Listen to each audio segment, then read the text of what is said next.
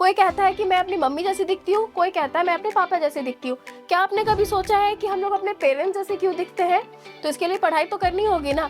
तो बेसिकली होता क्या है कि हम लोग सारे ऑर्गेनिजम्स एक सेल से बने हुए हैं और हमारे अंदर जितने भी सेल्स हैं उनके अंदर न्यूक्लियस होता है और हर एक न्यूक्लियस के अंदर हमारा होता है जेनेटिक मटेरियल, जो कि है हमारा डीएनए। तो इसी के साथ स्टार्ट करते हैं हम अपना first chapter, that is structure of chromosome, cell cycle and cell division. Chapter को स्टार्ट करने के पहले हमें कुछ बेसिक्स देख लेना है।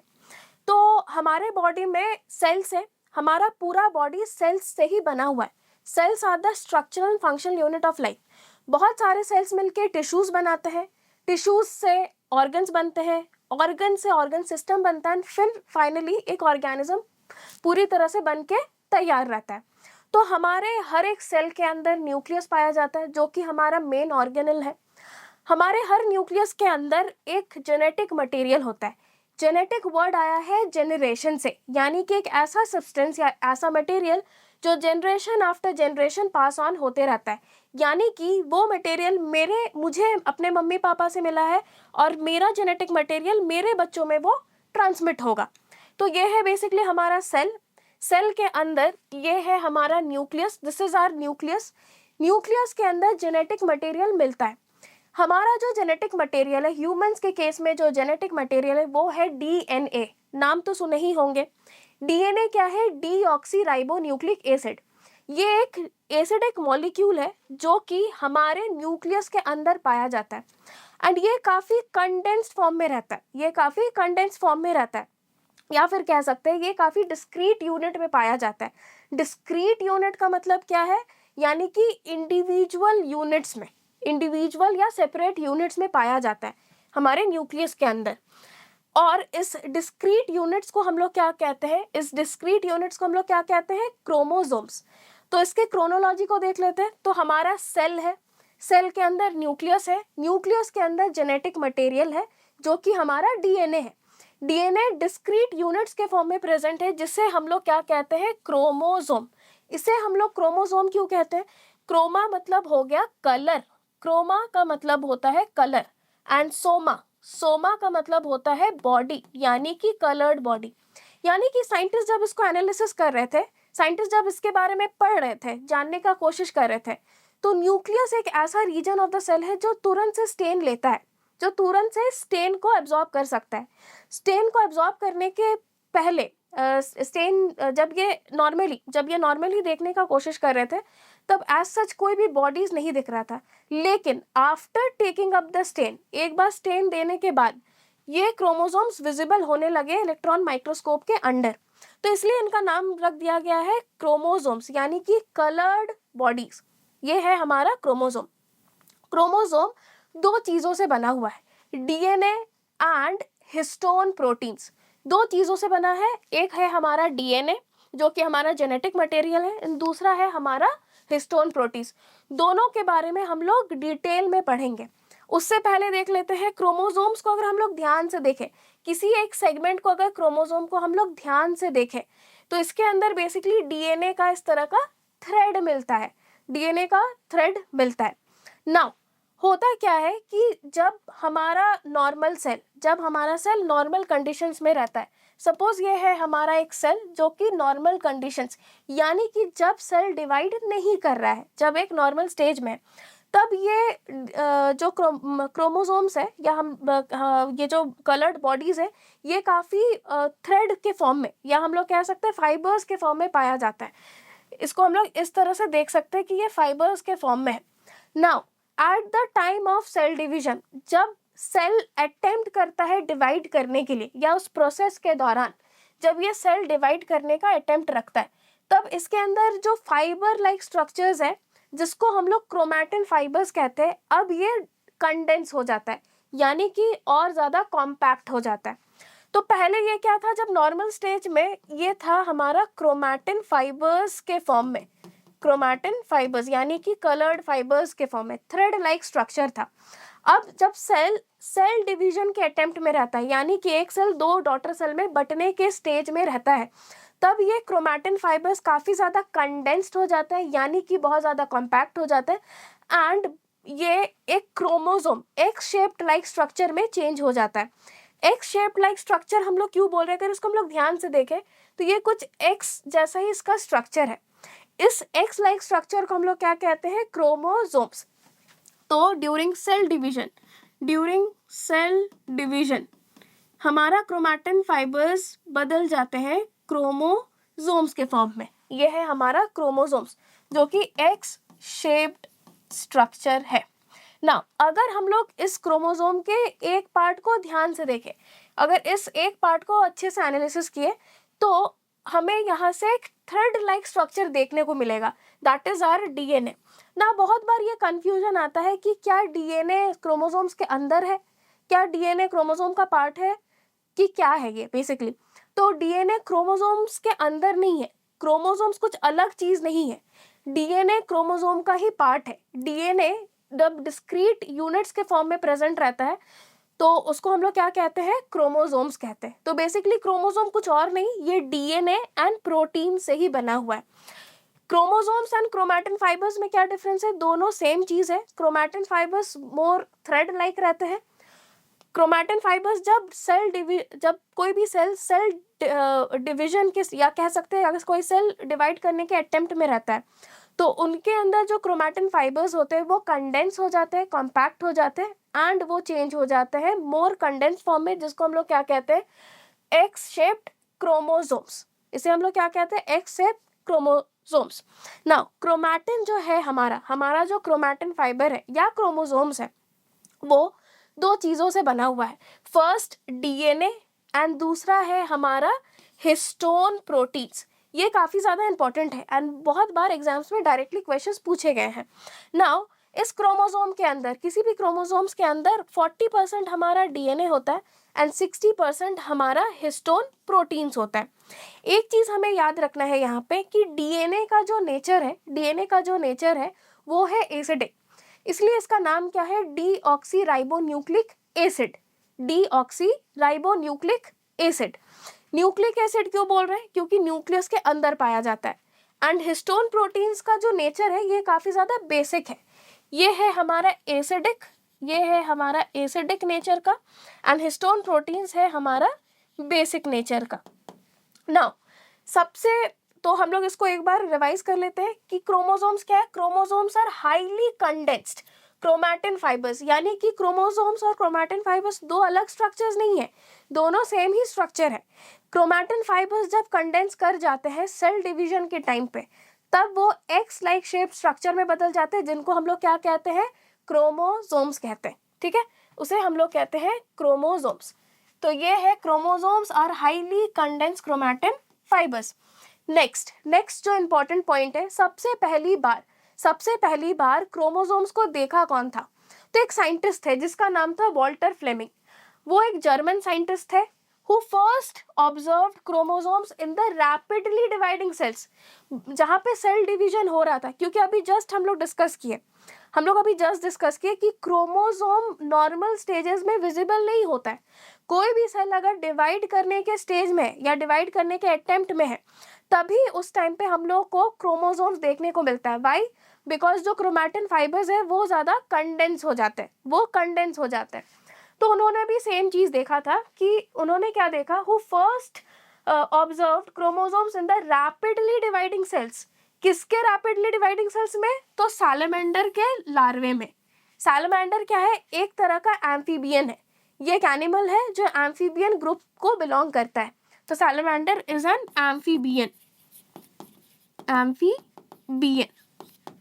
तो हमारा जो साइंटिस्ट थे उनका नाम था वॉल्टर फ्लेमिंग। एक जर्मन साइंटिस्ट थे जो फर्स्ट टाइम क्रोमोसोम्स को कहाँ देखे, वो देखे डिवाइडिंग सेल्स। किसके डिवाइडिंग सेल्स में? तो सैलमेंडर के लार्वे में। सो नेक्स्ट हम लोग देखेंगे डीएनए को डिटेल में। डीएनए एंड हिस्टोन प्रोटीन्स को अब हम लोग डिटेल में देखेंगे। सो उससे पहले कुछ पॉइंट्स है उसे देख लेते हैं। तो जो डीएनए का शेप बेसिकली कुछ इस तरह का होता है, हेलिकल शेप स्ट्रक्चर होता है, डबल हेलिक्स स्ट्रक्चर। इस स्लाइड में ये जो स्ट्रक्चर दिखाया गया है, this is basically a DNA. DNA को हम लोग डबल स्ट्रैंडेड हेलिकल स्ट्रक्चर कहते हैं। ऐसा क्यों? डबल स्ट्रैंडेड, स्ट्रैंड्स का मतलब हो गया धागा, दो धागे, ये एक धागा हो गया एंड दूसरा धागा ये हो गया। हेलिकल स्ट्रक्चर क्यों बोलते हैं? क्योंकि ये इस तरह से वाइंड अप रहता है। Now this is our DNA. तो इस ये जो शेप है स्ट्रक्चर, डीएनए का जो स्ट्रक्चर है, ये जो शेप है, सॉरी, डीएनए का जो शेप है, वो फर्स्ट टाइम किसने देखा था? वो स्टडी किए थे रोजालिंड फ्रैंकलिन ने। नाउ नेक्स्ट हम लोग देखेंगे डीएनए और हिस्टोन प्रोटीन्स को डिटेल में। उससे पहले कुछ टर्म्स और कुछ चीज़ों को देख लेते हैं। सबसे पहले हम लोग साइंटिस्ट के बारे में थोड़ा सा जान लेते हैं। तो डीएनए का जो शेप है, डीएनए का शेप क्या है? Double stranded helical structure. Double stranded helical structure जो स्लाइड के सबसे पहला वाला पिक्चर था हमारे पास, दिस वन, ये है हमारा एक डीएनए। तो डीएनए का शेप जो है कुछ इस तरह से रिप्रेजेंट किया गया है। डीएनए क्या है? Double stranded. डबल स्ट्रैंडेड का मतलब क्या है? कि दो धागे से बना हुआ। स्ट्रैंड्स का मतलब है दो धागे। Now double stranded helical, helical word का मतलब है कि इस तरह से वो वाइंड अप रहता है। तो ये है हमारा डीएनए का शेप। तो ये जो डीएनए का शेप है पहली बार किसने स्टडी किया था? तो रोजालिंड फ्रैंकलिन ने सबसे पहली बार स्टडी किया था वो शेप को लेके। डीएनए के शेप को सबसे पहली बार रोजालिंड फ्रैंकलिन ने स्टडी किया। नेक्स्ट, ये जो स्ट्रक्चर फाइनली प्रपोज होके निकला था वो कौन किया था? तो वो किया था James Watson and Francis Crick ने। यानी कि जो हम लोग स्ट्रक्चर सबसे पहले देखे, ये जो डबल स्ट्रैंडेड हेलिकल स्ट्रक्चर है, ये किसने प्रपोज किया था? James Watson and Francis Crick ने। तो ये बहुत ही इंपॉर्टेंट क्वेश्चन बन सकता है यहाँ पे कि ये जो डबल स्ट्रैंडेड हेलिकल स्ट्रक्चर है ये किसने प्रपोज किया था? तो James Watson and Francis Crick. और इसी वजह से इनको नोबेल प्राइज भी दिया गया था। नाउ अब हम लोग डिटेल में पढ़ेंगे डीएनए को। सबसे पहले तो डीएनए क्या है? डीएनए बेसिकली एक मॉलिक्यूल है जो हमारे न्यूक्लियस के अंदर पाया जाता है। एंड ह्यूमंस में ये हमारा क्या है? एक जेनेटिक मटेरियल, यानी कि ये हमारे जनरेशन आफ्टर जनरेशन में पास ऑन होते जाता है ना। डीएनए जो है डीएनए बेसिकली बना है तीन चीज़ों से। हमारा जो डीएनए है वो तीन चीज़ों से बना हुआ है। सबसे पहला है पेंटोज शुगर। शुगर क्या है? कार्बोहाइड्रेट। तो पेंटोज का मतलब क्या हो गया? पेंट यानी कि 5 कार्बन। किसी भी वर्ड में अगर ओज कंक्लूडिंग लेटर या ओज कंक्लूडिंग वर्ड है, इसका मतलब हम लोग को समझ जाना चाहिए कि दैट इज अ कार्बोहाइड्रेट। जैसे लैक्टोज, ओज है लास्ट में, तो that is a carbohydrate. Glucose, ओज है लास्ट में, तो that is a carbohydrate. Ribose, that is a carbohydrate. तो बेसिकली ये क्या है? पेंटोज शुगर, यानी कि 5 कार्बन का शुगर है ये। नाउ इस डीएनए के अंदर हमारे पास क्या क्या रहता है? एक पेंटोज शुगर। नेक्स्ट हमारे डीएनए के अंदर रहता है फॉस्फेट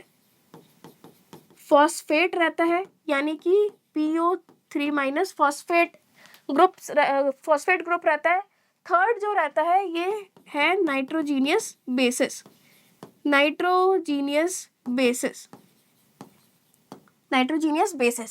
पेंटोज शुगर जैसे कि नाम से पता चल रहा है, पेंट यानी कि 5, ओज यानी कि कार्बोहाइड्रेट। तो 5 कार्बन का ये क्या है?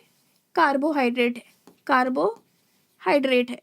फिर है फॉस्फेट एंड नाइट्रोजीनियस बेस। अब नाइट्रोजीनियस बेस टोटल 4 तरह के होते हैं। कौन कौन से? तो सबसे पहला, ये यहाँ से क्वेश्चंस बन सकता है। सबसे पहला क्या है? एडिनिन। फिर है हमारा थाइमिन। नेक्स्ट है हमारा साइटोसिन एंड लास्ट है हमारा ग्वानिन। ना इसको हम इस तरह से पेयर के फॉर्म में इसलिए लिखे हैं क्योंकि देयर इज अ रीजन। अब होता है क्या है कि एडेनिन टोटल 4 बेसेस है, लेकिन उसमें से एडेनिन हमेशा पेयर अप करता है थाइमीन के साथ। यानी कि एडेनिन हमेशा बॉन्ड बनाता है किसके साथ? थाइमीन के साथ। सिमिलरली साइटोसिन जो है वो हमेशा पेयर अप करता है ग्वानिन के साथ। ऐसा कभी भी पॉसिबल नहीं है कि साइटोसिन जाके थाइमिन के साथ बाइंड कर जाए। अगर इस तरह से करता है तो वहां पे हम लोग कह सकते हैं कि जेनेटिक डिफेक्ट देखने को मिल सकता है। तो एडेनिन हमेशा थाइमिन के साथ बॉन्ड अप करता है विथ 2 हाइड्रोजन बॉन्ड्स। ये बहुत इंपॉर्टेंट है, कितने हाइड्रोजन बॉन्ड्स के साथ वो पेयर अप करता है, तो with 2 hydrogen bonds. Whereas cytosine जो ग्वानिन के साथ पेयर अप करता है या बॉन्ड बनाता है, that is done by 3 hydrogen bonds. वो क्या करता है, 3 हाइड्रोजन बॉन्ड से पेयर अप करता है इस तरह से। तो एडेनिन एंड थाइमिन का पेयर बनता है with 2 hydrogen bonds and cytosine and guanine का पेयर बनता है विथ 3 हाइड्रोजन बॉन्ड्स। नाउ अगर हम लोग डीएनए के स्ट्रक्चर को रॉ फॉर्म में देखें, अगर डीएनए के स्ट्रक्चर को हम लोग रॉ फॉर्म में देखें तो बेसिकली क्या है, ये एक हेलिकल स्ट्रक्चर है, डबल स्ट्रैंडेड। ये एक स्ट्रैंड है डीएनए का, ये एक स्ट्रैंड है एंड दूसरा स्ट्रैंड सपोज ये है उसका दूसरा स्ट्रैंड। अब इनके बीच में 2 स्ट्रैंड्स को, 2 धागे को हम लोग जॉइंट कैसे रख सकते हैं या दोनों को एक साथ जोड़ के कैसे रख सकते हैं, तो हम लोग इसको जोड़ के रखते हैं by this nitrogenous bases and जो हाइड्रोजन बॉन्ड्स एग्जिस्ट करते हैं उनके बीच। These are the 2 factors. इन्हीं दोनों के वजह से हम लोग दोनों स्ट्रैंड्स को, डीएनए का जो 2 स्ट्रैंड है उसको आपस में जोड़ के रखते हैं। तो बेसिकली ये है हमारा फर्स्ट स्ट्रैंड, ये सेकेंड स्ट्रैंड, इनके बीच में नाइट्रोजीनियस बेसिस इस तरह से रहते हैं। और सपोज ये है हमारा एडेनिन, तो ये एडेनिन हमेशा किसके साथ पेयर करेगा, थाइमिन के साथ, और इनके बीच में 2 हाइड्रोजन बॉन्ड्स। सिमिलरली अगर फिर आ गया हमारा ग्वानिन, तो ग्वानिन हमेशा ऑपोजिट साइड में किसके साथ पेयर करता है, साइटोसिन के साथ, with how many hydrogen bonds, तो 3 हाइड्रोजन बॉन्ड्स इस तरह से। एंड इस तरह से कंटिन्यूएशन में बहुत सारे nitrogenous bases and hydrogen bonds मिलके क्या करते हैं, इन दोनों स्ट्रैंड्स को एक साथ कंबाइंड रखते हैं या एसोसिएटेड रखते हैं। ठीक है, नाउ अब अगर हम इस 2 स्ट्रैंड को खोल दिए, अब इस दोनों स्ट्रैंड्स को हम क्या किए, खोल दिए। सपोज ये है हमारा एक स्ट्रैंड एंड ये है हमारा दूसरा स्ट्रैंड, ये है हमारा दूसरा स्ट्रैंड। तो अब इसमें क्या देखा गया है कि जो हमारा pentose sugar and phosphate group है, जो हमारा pentose sugar and phosphate group है, ये हमारे डीएनए के बैकबोन को बनाता है, backbone of DNA, backbone of DNA. यानी कि ये जो धागे हैं, इनका जो बैकबोन यानी कि इनका जो स्ट्रैंड है, ये स्ट्रैंड किस चीज से बना हुआ है, pentose sugar and phosphate group से। और ये काफी अल्टरनेट वेज में प्लेस्ड रहता है, यानी कि जैसे सपोज है यहाँ पे हमारा एक फॉस्फेट, तो इसके ऑपोजिट साइड में भी फॉस्फेट, फिर हमारा आ गया यहाँ पे एक शुगर पेंटोज शुगर, यहाँ पर भी आ गया हमारा पेंटोज शुगर। तो इसी तरह से अल्टरनेट वे में फॉस्फेट एंड शुगर इस तरह से अलाइंड रहते हैं, अल्टरनेट वे में कुछ इस तरह से।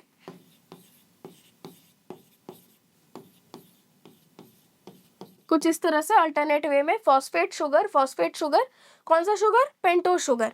नाउ अब ये जो नाइट्रोजीनियस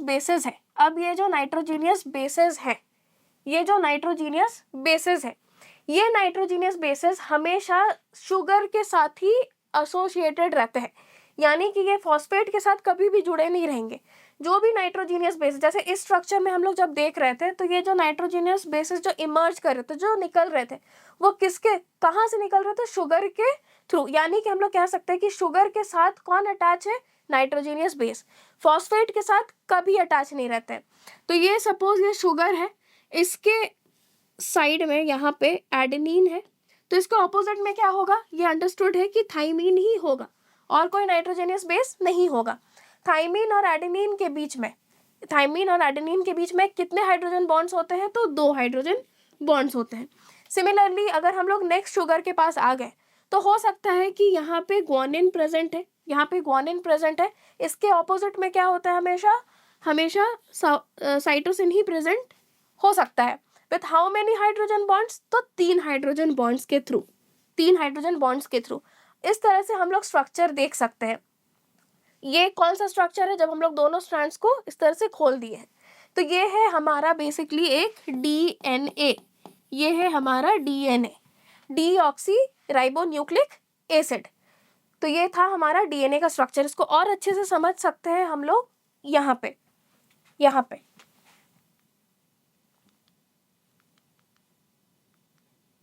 इस स्ट्रक्चर को देखते हैं ध्यान से।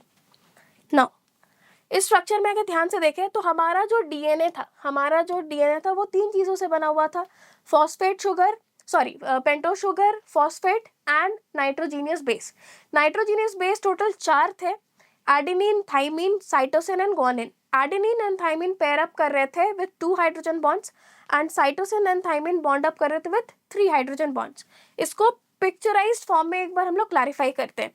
ये था हमारा फॉस्फेट, ये है हमारा शुगर, और ये है हमारा नाइट्रोजीनियस बेस। तो अभी जस्ट पिछले डायग्राम में हमने देखा, इस डायग्राम में कि जो नाइट्रोजीनियस बेसिस थे वो किसके साथ एसोसिएटेड थे? वो शुगर के साथ एसोसिएटेड थे। तो बेसिकली हम लोग कह सकते हैं कि ये जो स्ट्रक्चर है ये कंपोनेंट्स ऑफ डीएनए को शो कर रहा है, यानी कि डीएनए किस किस चीजों से बना हुआ है। नाउ जैसे कि हम लोग उस फिगर में देख रहे थे कि अल्टरनेट वेज में फॉस्फेट एंड शुगर प्लेस्ड है। नाउ 2 टर्म्स आते हैं, न्यूक्लियोटाइड एंड न्यूक्लियोसाइड। न्यूक्लियोटाइड क्या है? एक फॉस्फेट, एक शुगर और नाइट्रोजीनियस बेस को हम लोग क्या कहते हैं? न्यूक्लियोटाइड। बेसिकली ये है हमारा nucleotide, 1 sugar, 1 phosphate and nitrogenous base. तो ये है हमारा एक न्यूक्लियोटाइड। फिर से अगर हम लोग देखें तो ये सेकंड न्यूक्लियोटाइड हो गया, फिर ये 3rd न्यूक्लियोटाइड हो गया, इस तरह से। तो बहुत सारे न्यूक्लियोटाइड 1 by 1 प्लेस रहते हैं और एक डीएनए का मॉलिक्यूल बनाते हैं। तो हम लोग क्या कह सकते हैं कि डीएनए जो वो किस चीज से बना है? तो सीरीज ऑफ न्यूक्लियोटाइड, यानी कि एक न्यूक्लियोटाइड के ऊपर दूसरे न्यूक्लियोटाइड के ऊपर तीसरा न्यूक्लियोटाइड, फिर चौथा न्यूक्लियोटाइड, 5वां न्यूक्लियोटाइड, इस तरह से एक डीएनए का मॉलिक्यूल बनता है। तो बेसिकली ये न्यूक्लियोटाइड कुछ नहीं, phosphate plus sugar plus nitrogenous base है। तो ये है हमारा फॉस्फेट, ये है हमारा शुगर, ये हो गया हमारा शुगर और ये नाइट्रोजीनियस बेस, जिसे हम लोग क्या कहते हैं? न्यूक्लियोटाइड तो हो। अब न्यूक्लियोटाइड से अगर हम लोग फॉस्फेट को हटा देते, तो वो हो जाएगा हमारा न्यूक्लियोसाइड, यानी कि उसमें सिर्फ शुगर एंड नाइट्रोजीनियस बेस रहेगा। इस डायग्राम में हम लोग इसको क्लैरिफाई करते हैं। उससे पहले हम लोग यहाँ पे लिख लेते हैं कि phosphate plus pentose sugar plus nitrogenous base, ये तीनों मिला के क्या बनाते हैं? न्यूक्लियोटाइड। ये है हमारा न्यूक्लियोटाइड। अब अगर हम लोग फॉस्फेट को हटा दिए, सिर्फ शुगर और नाइट्रोजीनियस बेस रख दिए, तो उसे हम लोग क्या कहेंगे? न्यूक्लियोसाइड। तो इसके पैरेलली हम इसमें मेंशन कर देते हैं पेंटोज शुगर, सिर्फ पेंटोज शुगर और नाइट्रोजीनियस बेस हो तो इसे हम लोग क्या कहेंगे? Nucleoside. This is our nucleoside. Now इस डायग्राम से थोड़ा सा क्लैरिफाई करते हैं। जैसे कि ये है हमारा फॉस्फेट, ये एक स्ट्रैंड है डीएनए का, ये एक स्ट्रैंड है, ये दूसरा स्ट्रैंड है, इस तरह से ये दूसरा स्ट्रैंड है, और बीच में ये सारे नाइट्रोजीनियस बेसेस है ना। इसको अगर हम लोग ध्यान से देखें तो किसी भी डीएनए में क्या होता है? एक फॉस्फेट होता है, एक शुगर होता है, नाइट्रोजीनियस बेसेस होते हैं। तो फॉस्फेट एंड शुगर जो है वो अल्टरनेट वेज में प्लेस रहते हैं। सबसे पहले फॉस्फेट आ गया, फिर शुगर, फिर फॉस्फेट, फिर शुगर, फिर phosphate, sugar, phosphate, sugar, phosphate, sugar. इस साइड भी इस तरह से अलाइंड है। नाउ हर एक शुगर से हमारा एक नाइट्रोजीनियस बेस निकलता है। इसको थोड़ा सा हटा रहे हैं ताकि पिक्चर थोड़ा क्लैरिफाइड आए। सो यहाँ पे अगर ध्यान से देखें तो इस शुगर से बाइंड है कौन सा? हमारा नाइट्रोजीनियस बेस। ये नाइट्रोजीनियस बेस बाइंड है। तो अगर हम लोग ध्यान से देखें तो दिस इज साइटोसिन, जो कि C से रिप्रेजेंटेड है। इसके जस्ट ऑपोजिट साइड में ग्वानिन है। साइटोसिन एंड ग्वानिन हमेशा 3 हाइड्रोजन बॉन्ड से ही बॉन्ड अप रहता है, जो कि यहाँ पे रिप्रेजेंटेड किया गया है, 1 2 3। नेक्स्ट हम लोग आ जाते हैं दूसरे वाले शुगर में। यहाँ पर भी ग्वानिन एंड साइटोसिन है, जो कि 3 हाइड्रोजन बॉन्ड से बॉन्डेड अप है। नेक्स्ट हम लोग आ जाते हैं एडेनिन एंड थाइमिन। ये है A, जो कि एडेनिन, एंड T यानी कि थाइमिन। अब एडेनिन एंड थाइमिन हमेशा 2 हाइड्रोजन बॉन्ड से बॉन्ड अप रहते हैं, तो इसलिए इस तरह से 2 हाइड्रोजन बॉन्ड रिप्रेजेंट किए गए हैं। अब इसका कोई सीक्वेंस फिक्स नहीं है कि साइटोसिन ग्वानिन के बाद एडेनिन थाइमिन आएगा, या फिर अल्टरनेट चलेगा, या फिर पहले साइटोसिन ग्वानिन, कुछ भी। तो बेसिकली होता क्या है, हम लोग हर एक इंडिविजुअल इस पूरे वर्ल्ड में अलग अलग है। ये इसलिए है क्योंकि हमारे अंदर जो डीएनए का नाइट्रोजीनियस बेस का जो सीक्वेंस है वो हर किसी में अलग देखने को मिला है। हो सकता है कि मेरे अंदर एडेनिन थाइमिन, फिर एडेनिन थाइमिन 1 मिलियन टाइम्स चले, और एक बार बीच में साइटोसिन एंड ग्वानिन आ जाए, तो हो सकता है कि किसी दूसरे इंसान के पास adenine thymine guanine cytosine adenine thymine alternate ways में चले। And this is the reason कि हम लोग हर कोई अलग है एक दूसरे से। Even in case of twins में भी देखा गया है कि कहीं ना कहीं बेस पेयर्स अलग है, तो this is the structure of overall structure of DNA. Now अगर हम लोग को यहाँ पे लोकेट करने दिया गया,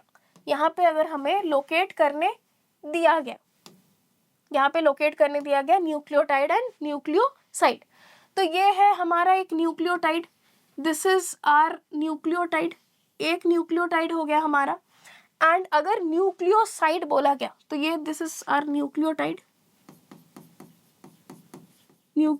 अगर ध्यान से हम लोग देखें तो this is our first nucleotide, फिर सेकेंड, थर्ड, फोर्थ, फिफ्थ, इस तरह से न्यूक्लियोटाइड्स एक के ऊपर एक प्लेस्ड है, जो कि एक डीएनए का फुल मॉलिक्यूल बनाएंगे। न्यूक्लियोसाइड को अगर चेक करना है, तो nucleoside is what, pentose sugar plus nitrogenous base, यानी कि सिर्फ शुगर को उठाते हैं, नाइट्रोजीनियस बेस को उठाते हैं। तो ये क्या है हमारा, ये है हमारा न्यूक्लियोसाइड, नेक्स्ट हम लोग देखेंगे जीन्स क्या है। जीन्स हमारे यूनिट्स है, हेरिडिटी का हमारा यूनिट्स है। जैसे कि हम लोग को पता है कि हमारा जेनेटिक मटेरियल क्या है, वो है डीएनए, यानी कि एक ऐसा मॉलिक्यूल जो generation after generation pass on होते रहता है। बट डीएनए में भी कुछ सेगमेंट्स ऐसे हैं जो फंक्शनल है, एंड कुछ ऐसे सेगमेंट्स होते हैं जो नॉन फंक्शनल होते हैं। यानी कि फंक्शनल सेगमेंट्स ऐसे सेगमेंट्स जो किसी कैरेक्टर को कोड करें। फॉर एग्जाम्पल, सपोज कोई इंसान फेयर है, कोई डार्क है, कोई शॉर्ट है, कोई टॉल है, तो ये सारे कैरेक्टर्स है। बेसिकली ये सारे कैरेक्टर्स डिकोड होते हैं पर्टिकुलर सेगमेंट ऑफ डीएनए से। वो सेगमेंट को हम लोग क्या कहते हैं, जीन्स कहते हैं, जो कि फंक्शनल होते हैं एंड किसी कैरेक्टर को कोड करते हैं। तो अगर हम लोग ध्यान से देखें, ये है एक डीएनए का स्ट्रक्चर, और इस डीएनए के स्ट्रक्चर में हम लोग न्यूक्लियोटाइड को ऑलरेडी समझ चुके हैं। दिस इज आर न्यूक्लियोटाइड, ये है हमारा एक न्यूक्लियोटाइड। तो कुछ न्यूक्लियोटाइड या कुछ सेगमेंट्स ऑफ डीएनए फंक्शनल होते हैं। सपोज ये सेगमेंट ऑफ डीएनए है फंक्शनल, ये है हमारा फंक्शनल सेगमेंट। तो फंक्शनल सेगमेंट होने के नाते ये कुछ कैरेक्टर्स को कोड करेगा, कुछ कैरेक्टर्स को ये क्या करेगा, कोड करेगा। यानी कि हमारे बॉडी में जितने भी फीचर्स हैं, चाहे हम कैसे दिख रहे हैं, हमारा हाइट कैसा है, हम बोल कैसे रहे हैं, हम सोच कैसे रहे हैं, हमारे बॉडी में हार्मोनल इन्फ्लुएंस कैसा है, यानी कि सब बेसिकली यहाँ तक हमारे बॉडी का जो सेल ग्रोथ है वो भी कहीं ना कहीं जीन्स के थ्रू ही मेडिएटेड रहता है। इसलिए हम लोग कहते हैं कि जीन्स बेसिकली हमारे बॉडी में generation after generation pass on होते रहता है। तो सपोज ये एक डीएनए का सेगमेंट है जो कि फंक्शनल है, यानी कि किसी कैरेक्टर को वो कोड करेगा। तो इस फंक्शनल सेगमेंट ऑफ डीएनए को हम लोग क्या कहेंगे, हम लोग कहेंगे इसे एक जीन। नाउ सपोज इतना सेगमेंट, इसके बाद वाला जो सेगमेंट है, ये वाला सेगमेंट फंक्शनल नहीं है। सपोज ये वाला सेगमेंट फंक्शनल नहीं है, तो क्या हम इसे जीन कहेंगे? तो नहीं, हम इसे जीन नहीं कहेंगे। नाउ मूविंग फर्दर, अगर ये वाला सेगमेंट फिर से फंक्शनल हो गया, या हम लोग कह सकते हैं ये पूरा सेक्शन हमारा फंक्शनल सेगमेंट है, तो हम इस पूरे फंक्शनल सेगमेंट को क्या कहेंगे कि दिस इज अ जीन, तो यही चीज लिखा हुआ है, ये इसे हम लोग डिकोड करते हैं यहाँ पे। Genes, these are specific sequences, ये स्पेसिफिक सीक्वेंस है ऑफ न्यूक्लियोटाइड। यानी कि हम लोग को पता है कोई भी डीएनए 3 चीज से बना है, phosphate, pentose sugar and nitrogenous base. And ये तीनों को ही मिला के हम लोग क्या बनाते हैं, एक न्यूक्लियोटाइड। तो न्यूक्लियोटाइड आफ्टर न्यूक्लियोटाइड एक के बाद एक जब प्लेस रहते हैं तो उससे क्या बनता है, एक डीएनए का फुल मॉलिक्यूल बन के तैयार रहता है। तो उसी डीएनए के सेगमेंट्स या उसी डीएनए की न्यूक्लियोटाइड, ऐसा न्यूक्लियोटाइड या ऐसा सीक्वेंस ऑफ न्यूक्लियोटाइड जो कि फंक्शनल हो जाए, जो कि किसी कैरेक्टर को कोड करना स्टार्ट कर दे, उस सेगमेंट को हम लोग क्या करेंगे, कहेंगे जीन कहेंगे। तो वही चीज लिखा हुआ है यहाँ पे, these are specific sequences of nucleotides on a chromosome that expresses in the form of some particular feature of that body। किसी फीचर को वो डिफाइन करता है, कोई अगर लंबा है, कोई शॉर्ट है, कोई फेयर स्किन है, कोई डार्क स्किन है, किसी के बाल ब्राउन है, किसी के हेयर्स ब्लैक है, ये सारे क्या है, फिजिकल फीचर्स है। तो ये सारा डिफाइन होता है इस जीन्स के थ्रू ही, जो कि एक फंक्शनल सीक्वेंस या कह सकते हैं फंक्शनल सेगमेंट ऑफ डीएनए है। नेक्स्ट हम लोग को पढ़ना है स्ट्रक्चर ऑफ क्रोमोसोम्स। ये शॉर्ट पोर्शन है, इसको देख लेते हैं। स्ट्रक्चर ऑफ क्रोमोसोम्स, जैसे कि हम लोग को पता है कि जो सेल है, सेल के अंदर न्यूक्लियस है, न्यूक्लियस के अंदर हमारा जेनेटिक मटेरियल होता है जो काफ़ी ज़्यादा थ्रेड लाइक रहता है। तो ये है हमारा सेल, ये है हमारा न्यूक्लियस, और इसके अंदर है क्रोमैटिन फाइबर जो कि थ्रेड लाइक रहता है। During the time of cell division, जब सेल डिवाइड करने के अटेम्प्ट में होता है, यानी कि एक सेल 2 सेल में बंटने के अटेम्प्ट में या उस स्टेज में होता है, उस टाइम पे क्या होता है कि ये जो क्रोमैटिन फाइबर जो थ्रेड लाइक था वो अब कंडेंस कर जाता है, कॉम्पैक्ट हो जाता है और एक्स लाइक शेप स्ट्रक्चर बना देता है, जिसको हम लोग क्या कहते हैं, क्रोमोसोम। क्रोमोसोम को अगर हम लोग ध्यान से देखें तो इसमें 2 आर्म्स होते हैं, आर्म्स यानी कि 2 सेगमेंट्स होते हैं, ये फर्स्ट आर्म, ये सेकेंड आर्म। अब इन दोनों आर्म्स को हम लोग क्या कहते हैं, chromatids, specifically sister chromatids. Sister chromatids क्यों, यानी कि ये एक ही क्रोमोसोम का पार्ट है, ये अलग अलग कुछ नहीं है, ये एक ही क्रोमोसोम का पार्ट है।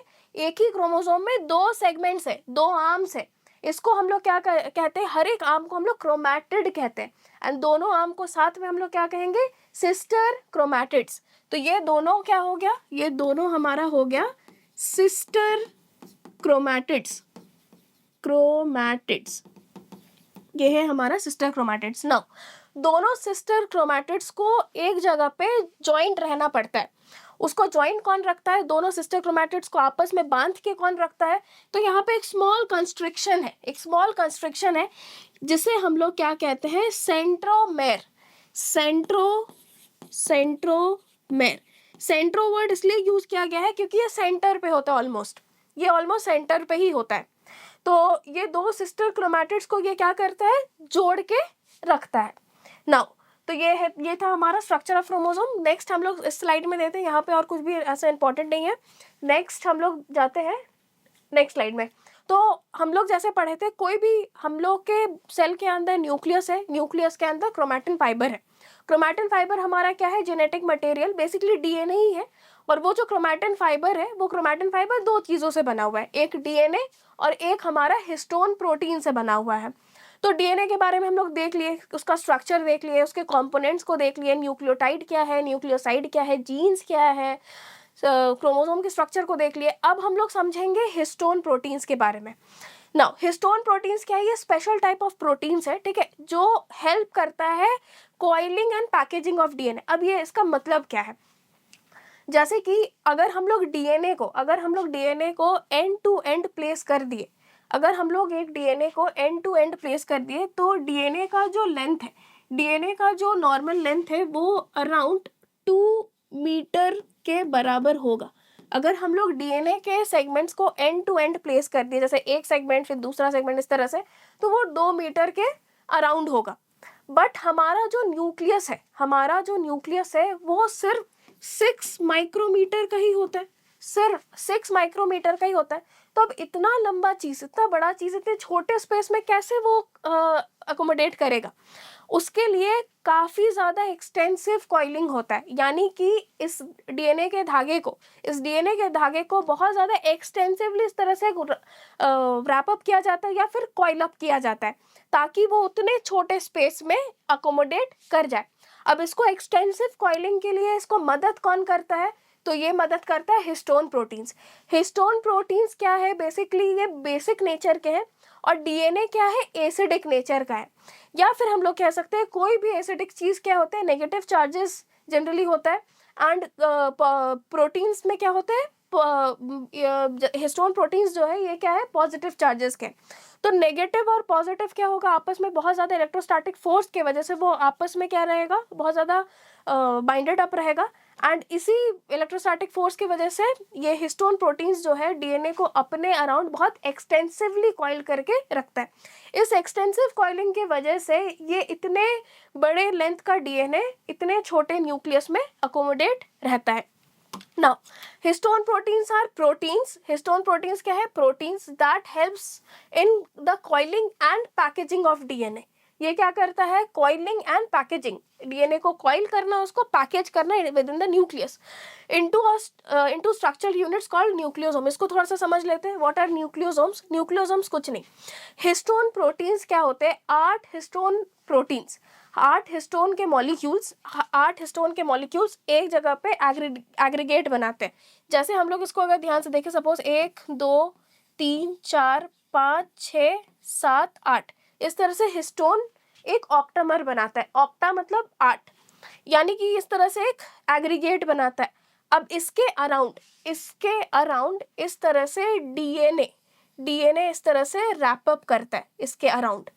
एंड फिर दूसरा हमारा हिस्टोन ऑक्टामर होगा इस तरह से, दूसरा हिस्टोन ऑक्टामर होगा 1 2 3 4 5 6 7 8, फिर डीएनए आके इस तरह से इसके अराउंड कॉइल अप करेगा। तो ये जो हिस्टोन ऑक्टामर के अराउंड डीएनए जो रैप अप कर रहा है, ये हिस्टोन ऑक्टामर के अराउंड जो डीएनए रैप अप कर रहा है, इस स्ट्रक्चर को हम लोग क्या कहते हैं? न्यूक्लियोसोम। इस स्ट्रक्चर को हम लोग क्या कहते हैं? न्यूक्लियोसोम्स। तो हम लोग कह सकते हैं न्यूक्लियोसोम, आम भाषा में अगर कहते हैं तो the strand of DNA wrapping around histone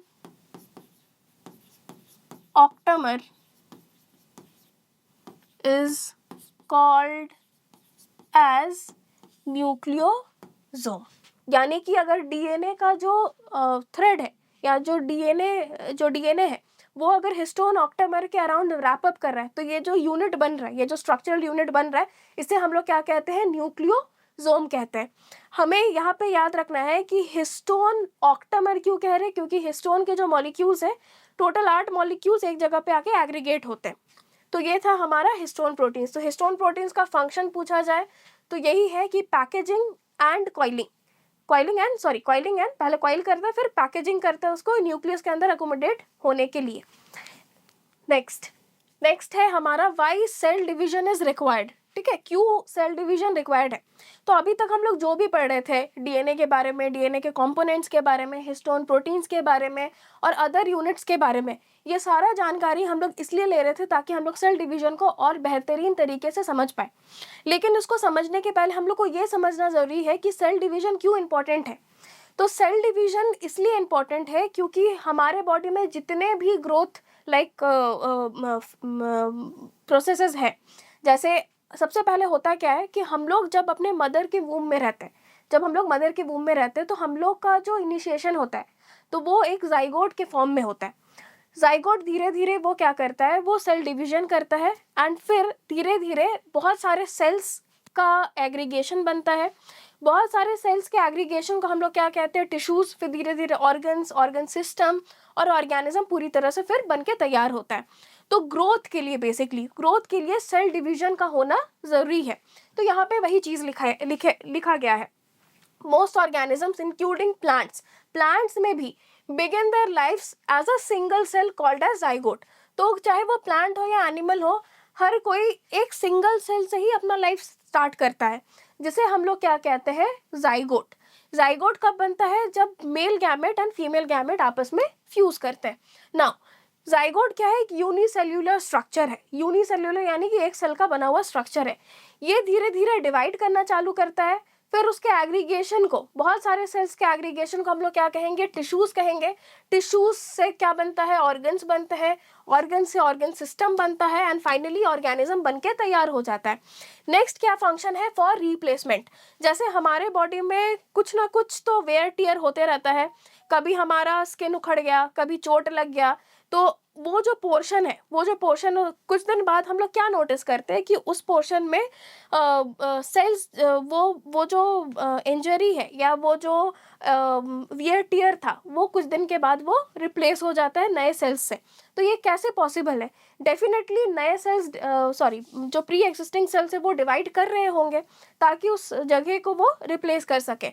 there is always a wear and tear of cells during the normal body functions. these are replaced by new cells, नए सेल से रिप्लेस किए जाते हैं इसको, form through division of parent cell. जो parent cell होता है वो डिवाइड कर जाता है, एंड धीरे धीरे फिर फर्दर और सेल डिविजन्स होते हैं, तो जिस कारण वहाँ पे जो इंजरी आया था या जो वुंड आया था उसको रिप्लेस कर देते हैं कौन, नए cells, by the process of cell division. Next हम लोग देखते हैं फॉर रिपेयर।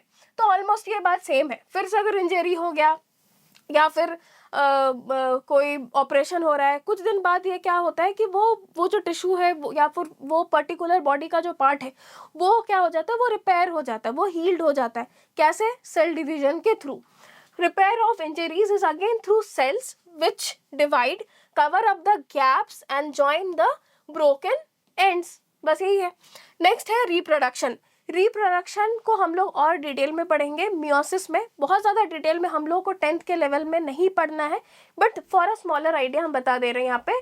फॉर रिप्रोडक्शन होता क्या है कि हम लोग के बॉडी में दो तरह के सेल्स होते हैं, एक सोमैटिक सेल्स होते हैं और एक होते हैं रिप्रोडक्टिव सेल्स, जिसे हम लोग क्या कहते हैं, गैमेटिक सेल्स भी कहते हैं। यानी कि जो नॉर्मल ग्रोथ, जैसे मेरे स्किन में, अगर स्किन में मेरे स्किन में ग्रोथ हो रहा है तो वो एक सोमैटिक सेल डिवीजन हो रहा है। यानी कि सोमैटिक क्या हो गया, हमारा बॉडी, हमारे नॉर्मल बॉडी के सेल्स। गैमेटिक सेल्स क्या हो गए, हमारे रिप्रोडक्टिव ऑर्गन्स के सेल्स। यानी कि मेल्स के केस में क्या होता है, मेल्स के केस में स्पर्म होता है, एंड फीमेल्स के केस में क्या होता है, ovum. Sperm and ovum divisions करते हैं, लेकिन उनका डिवीजन क्या होता है, माइटोटिक डिवीजन नहीं होता है, उनका दूसरा डिवीजन होता है, जिसे हम लोग क्या कहते हैं, मियोटिक डिवीजन।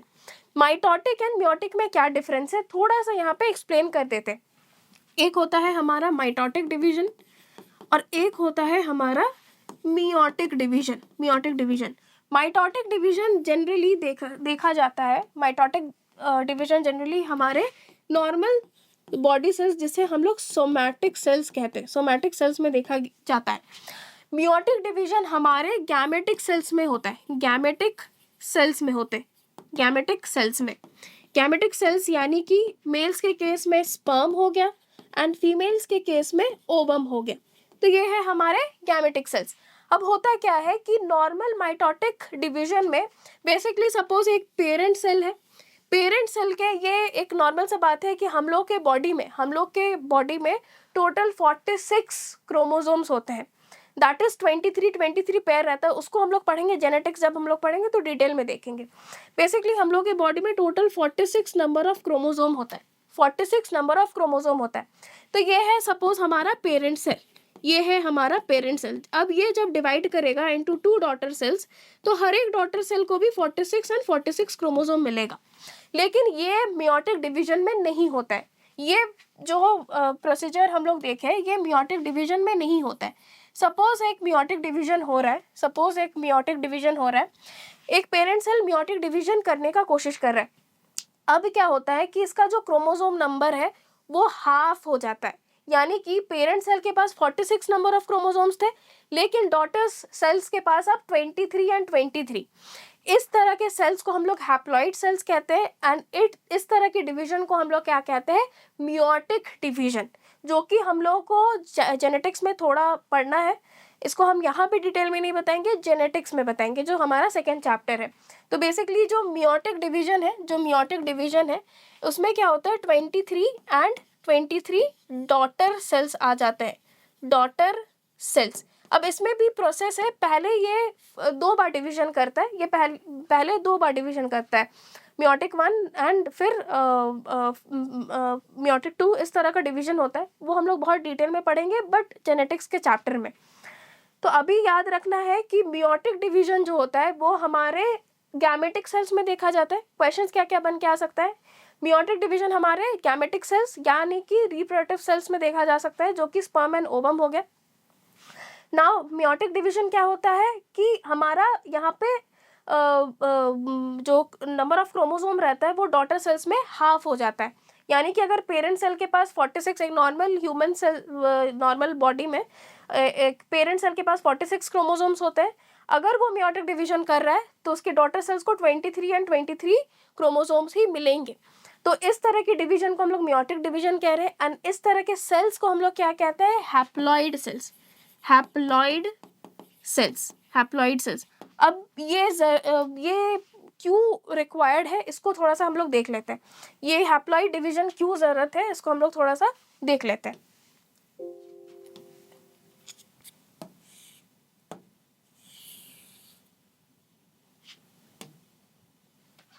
इसे हम लोग थोड़ा सा देख लेते हैं ना। अभी हम लोग क्या पढ़े कि मियोसिस, मियोसिस या फिर meiotic division, meiotic division, meiotic division में एक सेल है जिसके पास 46 नंबर ऑफ क्रोमोसोम है।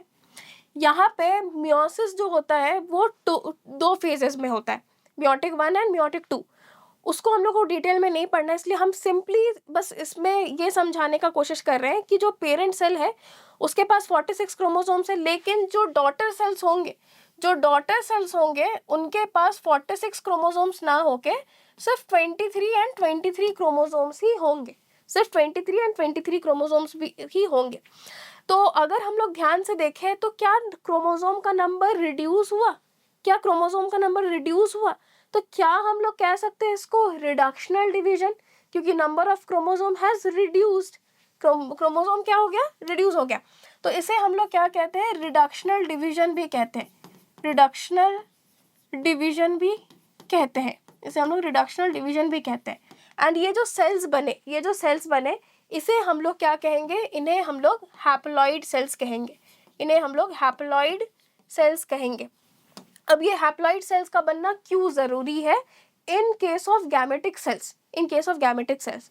नाउ सपोज हमारा नॉर्मल ह्यूमन बॉडी जो है उनमें हर एक सेल में कितने नॉर्मल नंबर ऑफ क्रोमोसोम्स रहते हैं, 46। अब सपोज अगर ये मियोसिस नहीं हो रहा होता, अब ये सपोज ये मियोसिस नहीं हो रहा होता हमारे गैमेटिक सेल्स में, तो सपोज फादर से हमें 46 क्रोमोसोम मिलते हैं एंड मदर से 46 क्रोमोसोम मिलते हैं। दोनों जब फ्यूज करते हैं during the time of fertilisation, during the time of coitus, तो ये क्या होता, ये टोटल मिलके 92 क्रोमोसोम हो जाता। जो बच्चे में क्रोमोसोम्स आते हैं वो 92 हो जाते। तो क्या ये नॉर्मल ह्यूमन क्रोमोसोम होता? नहीं, डेफिनेटली नहीं, क्योंकि नॉर्मल ह्यूमन क्रोमोसोम क्या है, 46। यहाँ तक तो बात ठीक है। अब 92 और 92 होता तो और ज़्यादा नंबर ऑफ क्रोमोसोम्स हो जाता, तो वो तो एक हेट्रोजेनिटी में कन्वर्ट हो जाता, ये पॉसिबल ही नहीं है। तो क्या होता है कि गैमेटिक सेल्स में पहले ही स्पर्म एंड ओवम में मियोटिक डिविजन्स हो जाते हैं जो 23 and 23। Now suppose sperm, father से स्पर्म 23 क्रोमोसोम्स, एक स्पर्म में 23 क्रोमोसोम्स है जो फादर के बैकग्राउंड से आ रहा है, एंड मदर साइड से ओवम आ रहा है जो कि 23 क्रोमोसोम्स है। अब ये जब आपस में फ्यूज करेंगे during the time of fertilisation, तब इनके पास कितने नंबर ऑफ क्रोमोसोम्स आ जाएंगे, नॉर्मल नंबर ऑफ क्रोमोसोम ये रिस्टोर कर जाएगा, ये नॉर्मल नंबर ऑफ क्रोमोसोम जो है वो रिस्टोर कर जाएगा। इसलिए एसेंशियल है मियोटिक डिवीजन। मियोटिक डिवीजन को थोड़ा सा हम लोग डिटेल में पढ़ेंगे, लेकिन बहुत ज़्यादा इन डेप्थ नहीं जाना है। नेक्स्ट, नाउ अब हम लोग देखेंगे अच्छे से सेल डिवीजन को, इसके सारे फेजेस को ध्यान से देखेंगे और ये भी जानेंगे कि किस तरह से एक पेरेंट सेल 2 डॉटर सेल में डिवाइड हो जाता है। नाउ हम लोग बेसिकली देखने वाले हैं माइटोसिस प्रोसेस को। मियोसिस को बहुत ज़्यादा डिटेल में नहीं पढ़ना है, बहुत ही ब्रीफ में पढ़ना है। हम लोग यहाँ पे मेनली माइटोसिस को ही देखेंगे। माइटोसिस को हम लोग प्राइमरीली डिवाइड कर दिए हैं दो फेजेस में, that is dividing phase and non dividing phase. तो जो नॉन डिवाइडिंग फेज है, नाम से ही पता चल रहा है कि सेल उस टाइम पे टिपिकली डिवाइड नहीं कर रहा है, वो डिवाइड नहीं कर रहा है, बट डिवीजन के लिए बहुत सारे अंदर ही अंदर मेटाबॉलिक प्रोसेस ज़रूर कर रहा है। यानी कि अगर हम लोग कोई काम करने जा रहे हैं, क्या हमको अगर बाहर निकलना है, तो उसके पहले हम क्या करेंगे, मैं अपना बैग तैयार कर लूँगी, मैं सारे एसेंशियल्स को ले लूँगी, तो मैं प्रिपरेटरी फेज में हूँ, मैं सारे चीज़ों को प्रिपेयर कर रही हूँ। अब फिर मैं जाके बाहर जाऊँगी या जो भी काम है मुझे करना है वो मैं करूँगी। सिमिलरली सेल ऐसे ही नहीं डिवाइड करना स्टार्ट कर देता है, डिवीजन के पहले कुछ प्रिपरेशंस करता है सेल अपने अंदर, ताकि वो सेल डिवीजन करवा पाए। तो इस नॉन डिवाइडिंग फेज को हम लोग क्या बोलते हैं, प्रिपरेटरी फेज, जो जहाँ पे सेल टिपिकली डिवाइड तो नहीं करता है, लेकिन बहुत सारे चीज़ को प्रिपेयर करता है, बहुत सारे चीज़ों का सिंथेसिस करता है, बहुत सारे चीज़ें बनाता है वो अंदर ही अंदर, ताकि वो सारे चीज़ें सेल जब एक्चुअली डिवाइड कर रहा होता है उस टाइम पे उसको हेल्प कर सके या असिस्ट कर सके। तो हम लोग देखेंगे यहाँ पे ये एक साइकिल के फॉर्म में दिया गया है। तो हम लोग क्या किए हैं, हम लोग माइटोसिस के प्रोसेस को दो फेज में बांट दिए। सबसे पहला है इंटरफेस, सबसे पहला है हमारा यहाँ पे इंटरफेस। तो ये है हमारा इंटरफेस। इंटरफेस क्या है, वही प्रिपरेटरी फेज है, ये हमारा प्रिपरेटरी फेज है। अब ये जो इंटरफेस है, इसमें सिर्फ सेल खुद को प्रिपेयर करेगा या फिर चीज़ों का सिंथेसिस करेगा, ताकि फ्यूचर में जब सेल डिवाइड करे तो उसको असिस्टेंस मिले। तो इंटरफेस में बेसिकली इंटरफेस को हम लोग और 3 सब पार्ट्स में डिवाइड कर दिए हैं, that is G1S and G2। Now second phase जो है वो है हमारा एक्चुअल माइटोसिस फेज, जहाँ पे सेल डिवाइड एक्चुअली करता है, या फिर हम लोग उसे कह सकते हैं द डिवाइडिंग फेज। इस टाइम पे सेल एक्चुअली डिवाइड करना स्टार्ट कर देता है। तो इसको हम लोग इस तरह से क्लासिफाई कर सकते हैं, कि हमारा जो माइटोसिस प्रोसेस ये दो फेज में बांट दिया गया है। सबसे पहला इज नॉन डिवाइडिंग फेज,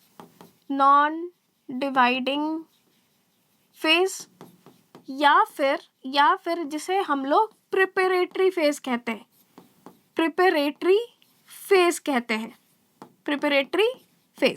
इसको ही हम लोग मोर प्रोमिनेंटली इंटरफेज के नाम से जानते हैं। इसको हम लोग किस नाम से जानते हैं, इंटरफेस। तो प्रॉपर अगर हम लोग इसको डिफाइन करें तो इंटरफेस बोलेंगे। अदर देन दैट इसको हम लोग प्रिपरेटरी फेज भी कह सकते हैं एंड नॉन डिवाइडिंग फेज भी कह सकते हैं। अब हम लोग आ जाते हैं डिवाइडिंग फेज। ये है हमारा डिवाइडिंग, यानी कि जब सेल एक्चुअली डिवाइड करते हुए देखा जा सकता है, और इसे हम लोग क्या कहते हैं, इसे हम लोग एम फेज भी कहते हैं या फिर माइटोसिस फेज भी कह सकते हैं, एम या फिर mitosis phase. This is our M और माइटोसिस फेज। नाउ इंटरफेस को जैसे कि हम लोग इस साइकिल में देख सकते हैं, इस डायग्राम में देख सकते हैं कि इंटरफेस को हम लोग 3 मेजर सब फेज में बांट दिए हैं, that is G1S and G2। तो हम लोग इसको इस तरह से फर्दर क्लासिफाई कर सकते हैं एज इंटरफेस को G1 फेज, यानी कि ग्रोथ 1 फेज। G1 फेज का मतलब क्या हो गया, ग्रोथ 1 फेज। सेकेंड हमारा आ गया एस फेज को हम लोग सिंथेसिस फेज बोलते हैं। ऐसा क्यों बोलते हैं, क्योंकि उस टाइम पे डीएनए का सिंथेसिस देखा जा सकता है। ठीक है, उस टाइम पे एक्चुअली क्या होता है, डीएनए का सिंथेसिस होता है। तो S phase is also called as synthesis phase. Next last है हमारा G2 फेज, यानी कि ग्रोथ 2 फेज। तो ये 3 फेजेस ये 3 सब फेजेस जो है ये इंटरफेज के अंदर ही क्लासिफाइड है। नेक्स्ट हम लोग आ जाते हैं डिवाइडिंग फेज या माइटोसिस फेज, जब एक्चुअली सेल डिवाइड करते हुए देखा जाता है। तो इसको हम लोग बांट दिए हैं 2 सब फेज में। फिर से इसमें क्या आ जाता है, सबसे पहले क्या होता है, सेल ऐसे ही नहीं डिवाइड करना स्टार्ट होता है। सबसे पहले तो वो इंटरफेज अंडरगो करेगा, प्रिपरेशन करेगा कि हाँ सेल को डिवाइड करना है, अब हमको डिवाइड कर जाना है। अब डिवीजन भी जब स्टार्ट करता है तो पहले वो न्यूक्लियस को डिवाइड करता है, अपने अंदर के न्यूक्लियस को 2 न्यूक्लियस में बांटता है, और फिर फाइनली वो क्या करता है, अपने साइटोप्लाज्म को भी बीच से तोड़ देता है और 2 डॉटर सेल्स में बंट जाता है। तो सबसे पहले प्रिपरेटरी फेज होता है, इंटरफेज होता है, जब सेल पूरी तरह से प्रिपेयर हो गया, अब वो क्या करेगा, अब सबसे पहले वो न्यूक्लियस को तोड़ेगा, जिसको हम लोग क्या कहते हैं, कैरियोकाइनेसिस। कैरियो वर्ड का मतलब है न्यूक्लियस, कैरियो वर्ड का मतलब क्या है, न्यूक्लियस। एंड दूसरा है हमारा साइटोकाइनेसिस, दूसरा है हमारा साइटोकाइनेसिस, ये है हमारा साइटोकाइनेसिस। यानी कि जब हम लोग साइटोप्लाज्म का डिवीजन कर रहे हैं, जब हम लोग साइटोप्लाज्म का डिवीजन कर रहे हैं, तो ये हो गया हमारा न्यूक्लियस का डिवीजन का फेज, एंड वो हो गया हमारा साइटोकाइनेसिस, ये जब साइटोप्लाज्म पूरी तरह से टूट जाता है, 2 डॉटर सेल्स में बट जाता है। कैरियोकाइनेसिस को हम लोग फर्दर 4 फेज में डिवाइड कर दिए, उसको हम लोग डिटेल में देखेंगे। पहले हम लोग कंप्लीट करते हैं इंटरफेज को। अब हम लोग इसको डिटेल में देखेंगे, हर एक फेज को। स्टार्ट करते हैं इंटरफेज से। तो इंटरफेज में क्या है, इंटरफेज को हम लोग और फर्दर 3 सब फेजेस में डिवाइड कर दिए हैं, G1, S phase and G2 phase. तो G1 फेज को अगर हम लोग ध्यान से देखें तो G1 फेज में होता क्या है, इंटरफेज में हम लोग को पता है किसी भी तरह का सेल डिवीजन नहीं होता है, सेल बस खुद को प्रिपेयर करता है ताकि वो डिवाइड कर सके। तो G1 फेज में होता है क्या है कि आरएनए एंड प्रोटीन्स का क्या होता है, सिंथेसिस होता है। आरएनए एंड प्रोटीन्स का सिंथेसिस इसलिए होता है ताकि ये सारी चीज़ें असिस्ट कर पाए, ताकि सेल डिवाइड कर पाए स्मूथली। तो सबसे पहले क्या होता है, आरएनए एंड प्रोटीन्स का सिंथेसिस होता है, RNA and synthesis, RNA and proteins का यहाँ पे सिंथेसिस होता है। यहाँ पे एक पॉइंट बहुत इंपॉर्टेंट है, जैसे हम लोग डीएनए पढ़े थे, आरएनए बहुत लोग को अनयूजुअल लगे कि आरएनए क्या है, तो आरएनए भी एक जेनेटिक मटेरियल ही है, आरएनए भी एक जेनेटिक मटेरियल ही है, लेकिन ये हम लोग के केस में, ह्यूमंस के केस में ये जेनेटिक मटेरियल नहीं है, ये बहुत सारे वायरसेस, लोअर एनिमल्स, बैक्टीरिया, ये सब में जेनेटिक मटेरियल का काम करता है। डीएनए और आरएनए का डिफरेंस हम लोग देखेंगे, लेकिन लास्ट में इस लेक्चर के लास्ट में हम लोग डीएनए और आरएनए का डिफरेंस देखेंगे। तो यहाँ पे होता है क्या है, G1 फेज में आरएनए एंड प्रोटीन सिंथेसिस होता है। दूसरा क्या होता है, साइटोप्लाज्म का जो वॉल्यूम है, साइटोप्लाज्म का जो वॉल्यूम है वो काफ़ी ज़्यादा बढ़ जाता है। बेसिकली कोई भी सेल तभी डिवाइड कर पाता है जब उसका न्यूक्लियोसाइटोप्लाज्मिक रेशियो अनइक्वल हो जाए या अनबैलेंस्ड हो जाए।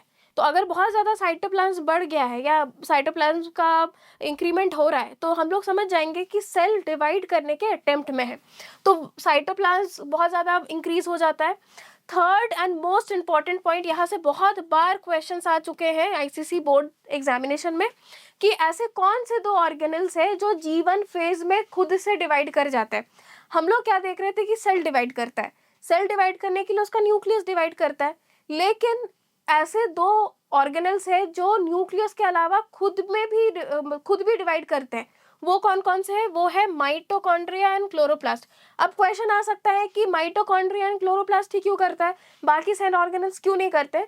तो माइटोकॉन्ड्रिया एंड क्लोरोप्लास्ट के पास अपना डीएनए होता है, एंड जिस भी ऑर्गेनल के पास अपना डीएनए है वो खुद से डिवाइड कर सकता है, वो खुद से डिवाइड कर सकता है और प्रोटीन्स भी बना सकता है। प्रोटीन का कंसेप्ट बाद में देखेंगे, बट जिसके पास भी अपना डीएनए है, जिसके पास भी अपना डीएनए है वो डिवाइड कर सकता है एंड अपना प्रोटीन बना सकता है। तो यहाँ पे एक शॉर्ट पॉइंट मेंशन कर देते हैं, mitochondria and chloroplast divide because they have their own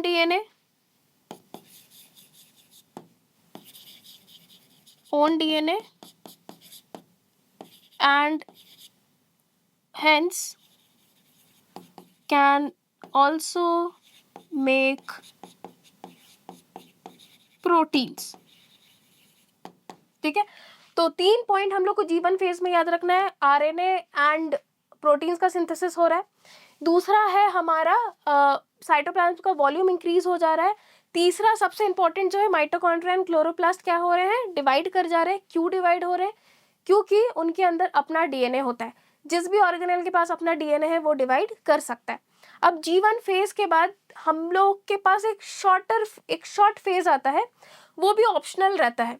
अगर सेल को लगता है कि नहीं हम इससे ज़्यादा डिवाइड नहीं करेंगे, या हम एक रेस्टिंग फेज में चले जाना चाहते हैं और फर्दर हम डिवीजन, इस सेल डिवीजन के साइकिल में हम फंसना ही नहीं चाहते हैं, तो वो चला जाता है एक जी नॉट या आर फेज में, जिसको हम लोग रेस्टिंग फेज कहते हैं।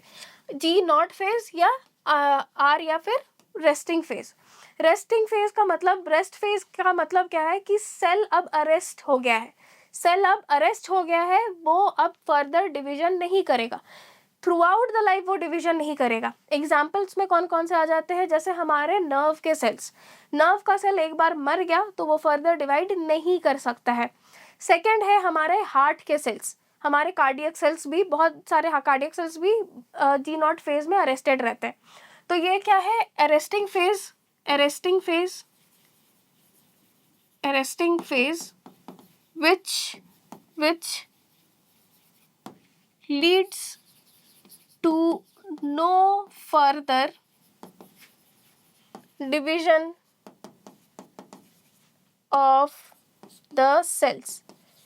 नेक्स्ट, अब ये जो जी नॉट या आर फेज है, ये कौन कौन से सेल्स अंडरगो करते हैं, नर्व सेल्स, ये दो एग्जाम्पल सबसे ज़्यादा इंपॉर्टेंट है, नर्व के सेल्स एंड बहुत बार cardiac cells, cardiac cells, cardiac cells, ठीक है।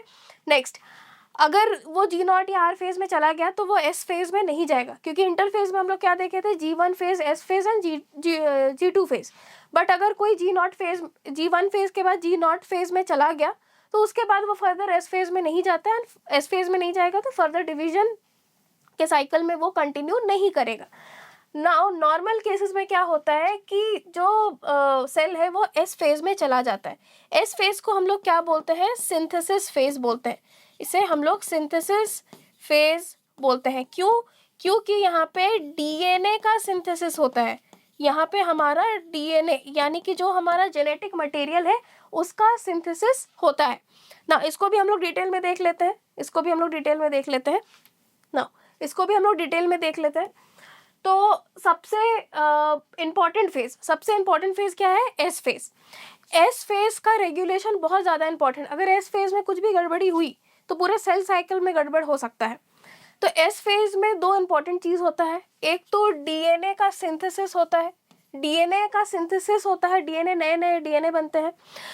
दूसरा क्या है, क्रोमोसोम्स गेट्स डुप्लीकेटेड, मतलब एक क्रोमोसोम से दो क्रोमोसोम्स निकल, दो क्रोमोसोम में वो बढ़ जाता है, डुप्लीकेट कर जाता है, ठीक है, ये क्या हो जाता है, ये डुप्लीकेट कर जाता है। And this is the reason कि जो डॉटर सेल्स है उनको भी 46 मिल जाता है। तो दो मेन स्टेप्स है यहाँ पे, डीएनए का सिंथेसिस होना एंड क्रोमोसोम्स का डुप्लीकेशन। क्या क्या, डीएनए का सिंथेसिस होना एंड क्रोमोसोम का डुप्लीकेशन, यही दो इंपॉर्टेंट पॉइंट है। अब थोड़ा सा हम लोग डीएनए के रेप्लिकेशन के बारे में देख लेते हैं। डीएनए रेप्लिकेशन, डीएनए रेप्लिकेशन क्या है कि एक डीएनए खुद से ही एक दूसरा डीएनए बना देता है, एक डीएनए खुद से ही दूसरा डीएनए बना देता है। तो अगर हम लोग इसको ध्यान से देखें तो ये है हमारा पेरेंट डीएनए, ये है हमारा पेरेंट डीएनए, ये हमारा parent DNA, this is our parent DNA. अब ये डीएनए रेप्लिकेशन अंडरगो कर रहा है, रेप्लिकेशन अंडरगो करना चाहता है एस फेज में, डीएनए रेप्लिकेशन अंडरगो करना चाहता है एस फेज में। रेप्लिकेशन के टाइम पे क्या होता है कि एक साइट होता है या एक जगह होता है जहाँ पे ये डीएनए खुल जाते हैं, ये जो डीएनए के दो स्ट्रैंड्स हैं ये आपस में खुल जाते हैं, पुल अपार्ट हो जाते हैं। तो खुलने से क्या हो गया कि एक स्ट्रैंड अलग हो गया एंड दूसरा स्ट्रैंड अलग हो गया। अब क्या हुआ कि ये जो एक स्ट्रैंड था उसके अराउंड एक नया स्ट्रैंड बनना स्टार्ट हो जाएगा एंड जो दूसरा स्ट्रैंड था जो येलो से डिनोट किए हैं उसके अलोंग भी एक दूसरा स्ट्रैंड बनना स्टार्ट हो जाएगा। तो इसका मतलब क्या है कि ये एक ही जो डीएनए है, जो पेरेंट डीएनए, वही क्या हो जाते हैं, वो अपने दोनों स्ट्रैंड्स को खोल देता है एंड उसी स्ट्रैंड से एक नया स्ट्रैंड का इनिशिएशन स्टार्ट हो जाता है। तो यहाँ पे हम लोग एक चीज़ ध्यान दे सकते हैं कि जो नए स्ट्रैंड्स भी बने उनमें भी पैरेंटल कैरेक्टर है, उनमें भी पैरेंटल कैरेक्टर है। कौन सा, उनका जो पैरेंटल स्ट्रैंड्स है, ये क्या था, ये पैरेंटल स्ट्रैंड था, ये वाइट वाला पेरेंट के केस में देखे थे, और ये जो येलो वाला था ये भी पेरेंट में ही था। तो हम लोग इसको क्या कहते हैं, इसको हम लोग सेमी कंजर्वेटिव नेचर बोलते हैं, जो कि अभी नहीं पढ़ना है तुम लोग को। बस सेमी कंजर्वेटिव का मतलब ये होता है कि एक स्ट्रैंड, किसी भी डीएनए का एक स्ट्रैंड पेरेंट वाला होता है एंड एक स्ट्रैंड बिल्कुल नया होता है। एक स्ट्रैंड पेरेंट वाला होता है और एक स्ट्रैंड नया वाला। तो यहाँ से हम लोग डिनोट कर सकते हैं कि दिस इज न्यू स्ट्रैंड, जो पिंक से डिनोट किया गया है, and white one is parent strand, parent strand. Similarly इस डीएनए में भी देखेंगे कि ये वाला जो है हमारा, ये है हमारा न्यू स्ट्रैंड, एंड येलो वाला जो है ये है हमारा पेरेंट स्ट्रैंड। सेमी कंजर्वेटिव क्यों बोल रहे हैं? क्योंकि वो अभी भी अपने पेरेंटल स्ट्रैंड को कंजर्व किए हुए रखा है। ठीक है, तो ये है हमारा रेप्लिकेशन। सबसे पहले क्या होता है, ये पेरेंट डीएनए जब एस फेज में चला जाता है तो एस फेज में वो क्या करना चाहता है, रेप्लिकेशन करना चाहता है। रेप्लिकेशन के लिए क्या होता है कि एक पॉइंट है जहाँ से दो धागे, डीएनए के दो धागे अनवाइंड कर जाते हैं, यानी कि खुल जाते हैं। अब क्या होता है, खुलने के बाद दो धागे अलग अलग हो गए। अब एक पेरेंट धागे के अलॉन्ग एक नया स्ट्रैंड बनना चालू होता है, जैसे कि यहाँ पे, एंड सेकेंडली दूसरे पेरेंट धागे के अलॉन्ग भी एक नया स्ट्रैंड बनना स्टार्ट हो जाता है। इसे हम लोग क्या कहते हैं, सेमी कंजर्वेटिव नेचर। क्यों? क्योंकि किसी भी नए डीएनए में एक धागा तो पेरेंटल होता है, दूसरा धागा बिल्कुल नया होता है। तो ये है हमारा डीएनए का रेप्लिकेशन। नेक्स्ट हम लोग देखेंगे लास्ट फेज जो है हमारा G2 फेज। G2 फेज में भी क्या हो रहा है, सबसे पहला तो इम्पॉर्टेंट पॉइंट है, ये शॉर्टर फेज है कंपैरेटिवली। अगर हम लोग देखें बाकी फेजेस से, जैसे G1 फेज, S फेज से कंपेयर करें तो कंपैरेटिवली ये काफ़ी ज़्यादा शॉर्टर फेज है, बहुत कम टाइम में ही ख़त्म हो जाता है। दूसरा क्या है, इसमें अभी भी आरएनए एंड प्रोटीन का सिंथेसिस कंटिन्यू होना होते रहता है, मतलब कंटिन्यू मतलब इनका जो सिंथेसिस है वो अभी भी कंटिन्यू चला रहता है। ठीक है, तो यहाँ पे यही दो पॉइंट याद रखना है कि शॉर्टर फेज, ये क्वेश्चन आ सकता है कि which among the following phases in interphase is the shorter phase, या फिर is considered as the shorter phase, तो क्या होगा, वो G2 फेज होगा। दूसरा चीज क्या है कि आरएनए प्रोटीन्स कहाँ से बनना स्टार्ट हुआ था, G1 फेज से, वो अभी भी G2 फेज में कंटिन्यू करते रहता है। नाउ आफ्टर दिस यहाँ पे एक और पॉइंट है कि after G2 phase cell enters the mitotic phase, या फिर जिसे हम लोग क्या कह रहे थे, M फेज। ठीक है, अब हम लोग M फेज को देखेंगे। तो M फेज अभी जस्ट हम लोग डिस्कस किए पिछले स्लाइड में अभी जस्ट डिस्कस किए कि जो ये M फेज है, इस M फेज को भी हम लोग दो मेजर सब फेज में बांट दिए, that is karyokinesis and cytokinesis. Karyokinesis का मतलब हो गया न्यूक्लियस का डिवीजन, साइटोकाइनेसिस का मतलब हो गया साइटोप्लाज्म का डिवीजन। तो यही, इसी को हम लोग को क्लासिफाई करना है एंड इसको डिटेल में पढ़ना है।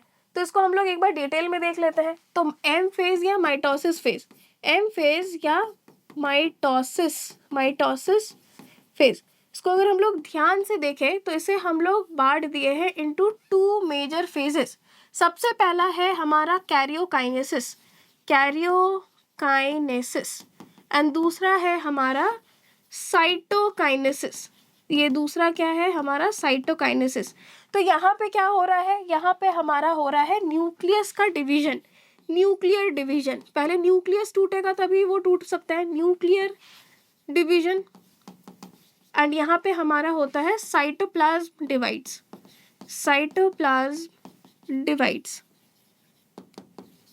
नाउ इस कैरियोकाइनेसिस को हम लोग और चार फेज में बांट दिए हैं। कौन कौन से फेज में? सबसे पहला फेज क्या है, प्रोफेज। दूसरा क्या है, मेटाफेज। थर्ड है हमारा एनाफेज एंड लास्टली है हमारा टेलोफेज। ये है हमारा टेलोफेज। तो फेज तो सब में है। हम लोग को क्या याद रखना, प्रो, मेटा, एना, टेलो, इस तरह से याद रख सकते हैं। और फिर ये जब सारे फेजेस खत्म हो जाते हैं कैरियोकाइनेसिस के, तो फिर सेल करता है साइटोकाइनेसिस, यानी कि साइटोप्लाज्म को भी फाइनली फरो बना के तोड़ देता है। तो इसको हम लोग को डिटेल में देखना है 1 by 1। अब नेक्स्ट हम लोग हर एक फेज को डिटेल में देखेंगे। तो सबसे पहला है हमारा प्रोफेज। इन सारे फेजेस को समझने के पहले हम लोग को एक चीज समझना है। सबसे शुरू में हम लोग क्या पढ़े थे कि जो क्रोमैटिन फाइबर है, हम लोग के अंदर जो सेल्स हैं, सेल्स के अंदर जो न्यूक्लियस है, न्यूक्लियस के अंदर हमारा जेनेटिक मटेरियल रहता है जो कि काफी थ्रेड लाइक स्ट्रक्चर के फॉर्म में रहता है, जिसे हम लोग क्या कहते हैं, क्रोमैटिन फाइबर्स। क्रोमैटिन फाइबर्स जब हम लोग शुरू में ही फर्स्ट स्लाइड में ही ये चीज पढ़े कि जब भी सेल डिवाइड करने के अटेम्प्ट में रहता है तो वो अपने क्रोमैटिन फाइबर्स को क्या करता है, कंडेंस कर लेता है, यानी कि बहुत ज़्यादा थिक और कॉम्पैक्ट कर लेता है। थिक और कॉम्पैक्ट करने के बाद क्रोमैटिन फाइबर्स थ्रेड जैसे ना रह के अब क्या हो जाते हैं, एक्स लाइक शेप स्ट्रक्चर में बदल जाते हैं, जिसे हम लोग क्या कहते हैं, क्रोमोसोम्स कहते हैं। तो ये जो क्रोमैटिन फाइबर क्रोमोसोम में बदला, ये कौन से फेज में देखा जाता है, ये हमारे प्रो फेज में देखा जाता है, जो कि माइटोसिस फेज का या फिर एम फेज का या फिर डिवाइडिंग फेज का फर्स्ट स्टेप है।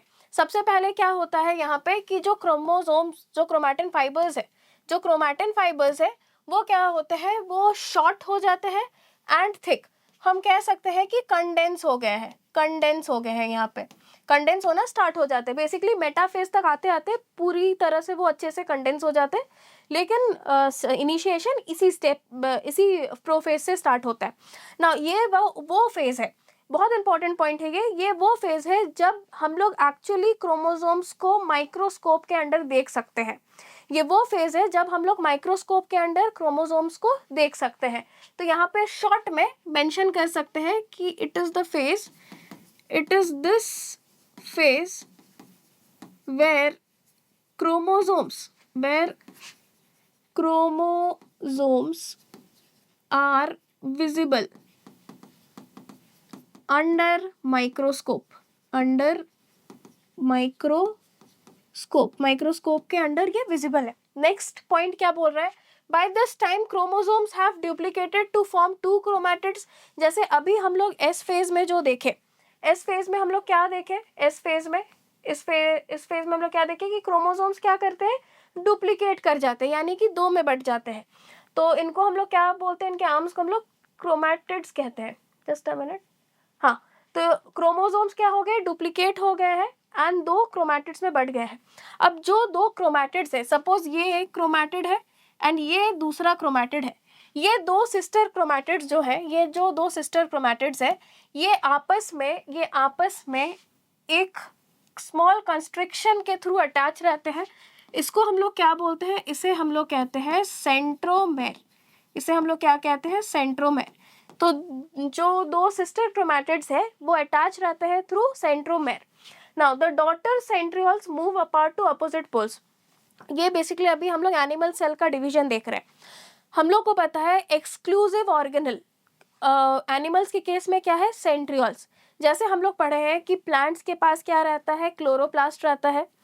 सेल वॉल ऑर्गेनल तो नहीं है लेकिन बाउंड्री है, तो सेल वॉल फिर हमारा हो गया क्लोरोप्लास्ट, ये सारे क्या है, ये सारे एक्सक्लूसिव स्ट्रक्चर्स है, ऑर्गेनल्स और बाउंड्रीज है, जो सिर्फ प्लांट के केस में ही पाया जाता है। एनिमल्स के केस में सिमिलरली सेंट्रियोल्स जो है एक एक्सक्लूसिव ऑर्गेनल है, यानी कि ये प्लांट के केस में नहीं मिलता है, ये प्लांट के केस में नहीं मिलता है। नाउ तो यहाँ पे जो 2 डॉटर सेंट्रियोल्स है, एक चीज बस मिस कर गया है, ये जो एस फेज था, ये जो एस फेज था, इस एस फेज में सेंट्रियोल्स भी डुप्लीकेट करते हैं। इसमें हम लोग एक पॉइंट ऐड कर सकते हैं that centrioles also gets duplicated, या कह सकते हैं gets divided into 2 daughter centrioles, gets divided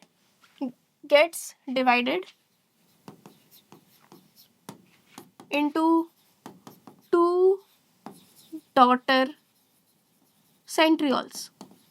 2 daughter centrioles में ये बट चुके हैं, ठीक है। सपोज एक सेंट्रियोल है, वो डिवीजन किया और 2 सेंट्रियोल में बट गया, तो वो कहाँ पे हो रहा है, वो एस फेज में ही हो रहा है। तो जहाँ पर भी सिंथेसिस और डुप्लीकेशन और डिवीजन का काम है, सारा एस फेज में ही हो रहा है बेसिकली। तो यहाँ पे वही बोला जा रहा है कि जो 2 डॉटर सेंट्रियोल्स है वो क्या होते हैं, वो मूव अपार्ट होना स्टार्ट हो जाते हैं टू अपोजिट पोल्स। इसका मतलब क्या है, जैसे अगर हम लोग यहाँ पे ध्यान से देखें तो ये सेंट्रियोल है, ये 2 डॉटर सेंट्रियोल्स है, वो एक पोल में एक सेंट्रियोल चला गया, दूसरे पोल में दूसरा सेंट्रियोल चला गया। तो ये कौन से फेज में देखने को मिलता है ये वाला फेनोमेनन हम लोग को मिलता है प्रोफेज में देखने को मिलना। नेक्स्ट क्या है, the cell organelles, nuclear membrane and nucleolus disappears, यानी कि जितने भी सेल ऑर्गेनल्स है वो सारे क्या हो जाते हैं, डिसअपेयर हो जाते हैं। जो न्यूक्लियर मेम्ब्रेन है, इस एनिमेशन में हम लोग क्लियरली देख सकते हैं कि यहाँ पे ये जो क्रोमोसोम्स है ये एक न्यूक्लियर मेम्ब्रेन के अंदर बाउंड था, जो पिंक कलर से डिनोट किया गया। अब न्यूक्लियर मेम्ब्रेन जो है वो क्या हो गया, ये डिसॉल्व हो गया, डिसअपेयर हो गया, गायब हो गया। इनफैक्ट इसके अंदर जो न्यूक्लियोलस था, एक छोटा सा न्यूक्लियोलस जो न्यूक्लियस के अंदर प्रेजेंट होता है, वो भी गायब हो जाता है। किस फेज में वो गायब हो जाता है, प्रोफेज में गायब हो जाता है। तो हमारा क्या क्या चीज गायब हुआ, सेल ऑर्गेनल गायब हो गए, न्यूक्लियर मेम्ब्रेन गायब हो गया, न्यूक्लियोलस गायब हो गया। नेक्स्ट पॉइंट क्या कहता है, नेक्स्ट पॉइंट हमारा ये कहता है कि number of fibres appear between two daughter centrioles. अगर इसको ध्यान से देखें तो ये है हमारा सेंट्रियोल, डॉटर सेंट्रियोल्स जो ऑपोजिट पोल्स में चले गए, इन्हीं से बहुत सारे फाइबर्स निकल रहे, थ्रेड लाइक स्ट्रक्चर्स दिख रहा है इस एनिमेशन में। इसे हम लोग क्या कहते हैं, स्पिंडल फाइबर्स। इसे हम लोग क्या कहते हैं, these fibre like structures are called as spindle fibres, spindle fibres. तो इस एनिमेशन को एक बार देख लेते हैं फिर से। तो ये दो डॉटर सेंट्रियोल्स दो अपोजिट पोल्स में चले गए, न्यूक्लियर मेम्ब्रेन गायब हो गया और इन दो डॉटर सेंट्रियोल से फाइबर्स निकलना स्टार्ट हो गए। इन दो डॉटर सेंट्रियोल से फाइबर्स निकलना स्टार्ट हो गए। इन फाइबर्स को हम लोग क्या कहते हैं, स्पिंडल फाइबर्स। अगर क्वेश्चन आए कि स्पिंडल फाइबर्स इमर्ज कहाँ से होते हैं या निकल कहाँ से रहे, तो वो है सेंट्रियोल से। अब ये स्पिंडल फाइबर्स निकल के किसके साथ अटैच हो रहे, क्यों निकल रहे, स्पिंडल फाइबर निकल के ये अटैच होंगे क्रोमोसोम्स के सेंट्रोमेर वाले पार्ट से, सेंट्रोमेर वाले पार्ट से। ठीक है। नाउ काइनेटोकोर हम लोग के सिलेबस में नहीं है। बेसिकली होता है क्या है, सेंट्रोमेर के ऊपर एक स्मॉल कैप लाइक स्ट्रक्चर रहता है जिसको हम लोग काइनेटोकोर कहते हैं, उसके साथ ही बेसिकली ये स्पिंडल फाइबर्स जाके अटैच होता है। बट हम लोग के 10th के सिलेबस में ये नहीं है तो नहीं पढ़ना है। बेसिकली हम लोग को ये याद रखना है कि स्पिंडल फाइबर्स जो है वो प्रोफेज में बनना स्टार्ट होता है एंड वो किसके साथ अटैच होता है, क्रोमैटिड्स, जो हमारे क्रोमैटिड्स है उनके सेंट्रोमेर के साथ, उनके सेंट्रोमेर के साथ। अगर हम लोग ध्यान से देखें तो ये पहले क्रोमैटिन फाइबर के फॉर्म में था, थ्रेड लाइक स्ट्रक्चर था, अब ये क्रोमैटिड्स में बदल गया, ये अब क्रोमैटिड्स में बदल गया। तो ये सारे स्टेप्स हम लोग को कहाँ पे देखने को मिलता है, प्रोफेज में। कौन कौन से स्टेप्स, सबसे पहला तो है कि कंडेंस होना स्टार्ट हो जाता है क्रोमैटिन फाइबर्स। दूसरा क्या है कि जो डॉटर सेंट्रियोल्स है, सॉरी एक सेंट्रियोल दो डॉटर सेंट्रियोल्स में डिवाइड होके वो दो ऑपोजिट पोल्स की तरफ जाते हैं, स्पिंडल फाइबर्स का बनना स्टार्ट हो जाता है जो किसके साथ अटैच होंगे, क्रोमैटिड्स के सेंट्रोमेर के साथ। थर्ड पॉइंट क्या था, सबसे इंपॉर्टेंट पॉइंट, कि सेल ऑर्गेनल्स, न्यूक्लियर मेम्ब्रेन और न्यूक्लियोलस। यहाँ पे हम लोग देख सकते हैं न्यूक्लियर मेम्ब्रेन गायब हो गया, ये जो पिंक कलर से एनवलप था वो न्यूक्लियर मेम्ब्रेन रिप्रेजेंट किया गया है, वो गायब हो गया, सेल ऑर्गेनल्स गायब हो गए, न्यूक्लियोलस सब कुछ गायब हो गया है। ठीक है। तो ये सारा चीज हम लोग को कहाँ पे देखने को मिलता है, प्रोफेज। और इस फाइबर्स को हम लोग क्या कहते हैं, स्पिंडल फाइबर्स कहते हैं। नेक्स्ट हम लोग देखेंगे, ये हमारा फर्स्ट फेज था। सेकेंड फेज है हमारा मेटाफेज। सेकेंड फेज हमारा क्या है, मेटाफेज। मेटाफेज में होता क्या है कि हर एक क्रोमोसोम क्या होता है, gets attach to the spindle fibre. Prophase में स्पिंडल फाइबर्स बनना स्टार्ट होते हैं, ये कंफ्यूजन बिल्कुल नहीं रखना है, स्पिंडल फाइबर्स बनना स्टार्ट होते हैं प्रोफेज में, लेकिन अटैच कहाँ पे होते हैं, सेंट्रोमेयर के साथ, तो वो होता है मेटाफेज में। वो कहाँ पे होता है, मेटाफेज में। नेक्स्ट क्या है कि क्रोमोसोम्स जो है ना वो लाइन अप करना स्टार्ट कर देते हैं एक ही प्लेन में। वो सारे क्रोमोसोम्स क्या जो स्कैटर्ड रहते हैं क्रोमोसोम्स, वो क्या करते हैं, एक ही प्लेन में लाइन अप करना स्टार्ट होते हैं। अगर हम लोग पिछले वाले स्लाइड में देखें तो यहाँ पे ध्यान से देखें तो क्रोमोसोम्स क्या हो रहे हैं, एक जगह पे इकट्ठे हो रहे हैं, एक लाइन में इकट्ठे हो रहे हैं या एक लाइन में अलाइन हो रहे हैं, इस तरह से, इस तरह से। हाँ, अब आके सब एक जगह पे अलाइन होंगे। नाउ नेक्स्ट क्या कहता है, नेक्स्ट मेटाफेज में अगर हम लोग इस डायग्राम को ध्यान से देखें तो सारे क्रोमोसोम्स क्या है, सारे क्रोमोसोम्स एक ही लाइन में आ गए हैं, एक ही लाइन में आ गए हैं। इसको हम लोग कहते हैं लाइन ऑफ इक्वेटर, या फिर इस फेज को हम लोग क्या कहते हैं, मेटाफेजिक प्लेट, मेटाफेजिक प्लेट कहते हैं। नाउ अब ये जो सेंट्रियोल्स है, ये क्या कर रहा था, स्पिंडल फाइबर्स को निकाले थे, अटैच थे। अब ये जो स्पिंडल फाइबर्स है, ये स्पिंडल फाइबर्स, ये जो पिंक से डिनोट किया गया है, these are centromeres of the chromatids, these are centromere of the chromatids. ये जो स्पिंडल फाइबर्स है, ये आके अब अटैच कर जाएंगे इन सेंट्रोमेर के साथ, हर एक क्रोमैटिड के सेंट्रोमेर के साथ ये अटैच हो जाएंगे। तो ये है हमारा मेटाफेज। मेटाफेज में दो ही इंपॉर्टेंट चीज देखना है, एक तो हमारा जो भी क्रोमोसोम्स है सारे एक ही प्लेट में या एक ही इक्वेटोरियल प्लेन में आके अलाइन हो जाते हैं, जिसको हम लोग क्या कहते हैं, मेटाफेजिक प्लेट कहते हैं। दूसरा क्या कहता है कि हमारा जो स्पिंडल फाइबर्स थे जो कि सेंट्रियोल से इमर्ज होना स्टार्ट हो गए थे, वो आके अटैच कहाँ करेंगे, क्रोमैटिड्स के सेंट्रोमेर के साथ, वो क्रोमैटिड्स के सेंट्रोमेर के साथ अटैच करेंगे। तो ये हो गया हमारा मेटाफेज। अच्छा, मेटाफेज में सारे क्रोमोसोम्स लाइन अप क्यों हो रहे हैं, क्योंकि अगर हम लोग को इक्वली कोई चीज़ डिवाइड करना रहता है, सपोज बहुत सारा चीज़ बिखरा पड़ा है, तो उसको हम क्या करेंगे, पहले समेटेंगे, पहले उसको हम क्या करेंगे, सारा चीज़ को हम अलाइन करेंगे एक जगह पे, एंड फिर हम उसको डिवाइड करेंगे इक्वली। इसलिए मेटाफेज इंपॉर्टेंट है, एक बहुत इंपॉर्टेंट स्टेज है, ताकि सारे क्रोमोसोम्स को अलाइन किया जाए फिर इक्वली उसको बांटा जाए। अगर मेटाफेज नहीं होता तो सारे क्रोमोसोम स्कैटर्ड है, तो अगर सेल डिवीजन उसी हिसाब से हो जाता तो क्या होता कि अनइवन डिस्ट्रीब्यूशन ऑफ क्रोमोसोम्स हो सकता था। हो सकता है कि कुछ सेल्स में ज़्यादा क्रोमोसोम्स आ गए, कुछ सेल्स में कम आ गए। तो मेटाफेज बहुत इंपॉर्टेंट फेज है कि क्या करते हैं हम लोग, सारे क्रोमोसोम्स को एक ही जगह पे इकट्ठे कर लेते हैं ताकि वो इक्वली डिवाइड कर सके। नेक्स्ट हम लोग आते हैं एनाफेज, जो कि थर्ड फेज है माइटोटिक फेज का। एनाफेज में क्या होता है कि अब ये जो क्रोमोसोम्स है ना, अब ये जो क्रोमैटिड्स है, इनके बीच में जो सेंट्रोमेर था वो स्प्लिट कर जाता है। ये जैसे एक क्रोमैटिड है, सपोज ये एक क्रोमैटिड है और इसके बीच में सेंट्रोमेर जो दो सिस्टर क्रोमैटिड्स को ज्वाइन करके रख रहा है, ये जो सेंट्रोमेर है ये कर जाता है स्प्लिट, ये स्प्लिट कर जाता है। स्प्लिट करने की वजह से जो दो सिस्टर क्रोमैटिड्स है ये भी क्या हो जाते हैं, सेपरेट हो जाते हैं। तो यही चीज यहाँ पे मेंशन किया गया है, the centromere attaching the two chromatids divides और स्प्लिट्स। कौन डिवाइड कर जाता है, सेंट्रोमेर। तो ये एक बार आईसीसी के क्वेश्चन में पूछा गया था कि एट विच फेज या in which phase does this centromere splits और डिवाइड्स, तो वो कौन से फेज में है, वो हमारे एनाफेज में है। नेक्स्ट क्या है, the two sister chromatids get separated. जो दो सिस्टर क्रोमैटिड्स थे, ये जो दो सिस्टर क्रोमैटिड्स है ये बीच से टूट जाएंगे। हम लोग एनिमेशन में भी इसको देख सकते हैं कि ये जो सिस्टर क्रोमैटिड्स थे ये क्या हो गए, ये बीच से टूट गए, ये बीच से टूट रहे हैं। नेक्स्ट, टूटने के बाद ये क्या करते हैं, दो ऑपोजिट पोल्स में चले जाते हैं, एक सिस्टर क्रोमैटिड इधर, दूसरा सिस्टर क्रोमैटिड इधर।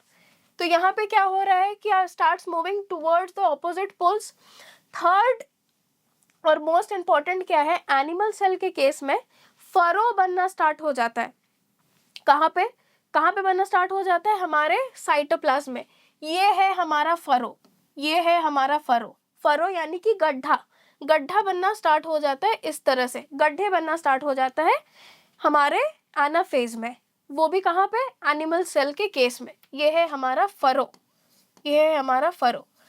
इसलिए बनना स्टार्ट हो जाता है ताकि अब साइटोप्लाज्म को भी तो डिवाइड करने का टाइम आ गया है, ठीक है। तो ये है। फोर्थ पॉइंट क्या है, स्पिंडल फाइबर्स आर विड्रॉन, यानी कि स्पिंडल फाइबर्स जो अटैच हुए थे, जो निकले थे सेंट्रियोल से अटैच होने के लिए, अब वो भी क्या हो जा रहे हैं, विड्रॉ हो जा रहे हैं। वो क्या कर रहे हैं, विड्रॉ हो जा रहे हैं, यानी कि क्रोमैटिड्स को लेके इस तरह से वापस से अपने जगह पे विड्रॉ हो जा रहे हैं। तो यही है, तो हम लोग कह सकते हैं कि spindle fibres are withdrawn. Last phase जो है ये माइटोटिक फेज का, वो है हमारा टेलोफेज। टेलोफेज को हम लोग कहते हैं रिवर्स ऑफ प्रोफेज। ऐसा क्यों, क्योंकि जितना भी मैकेनिज्म हम लोग प्रोफेज के केस में देखे थे, उसका जस्ट ऑपोजिट सारा चीज होने लगता है हमारे टेलोफेज में।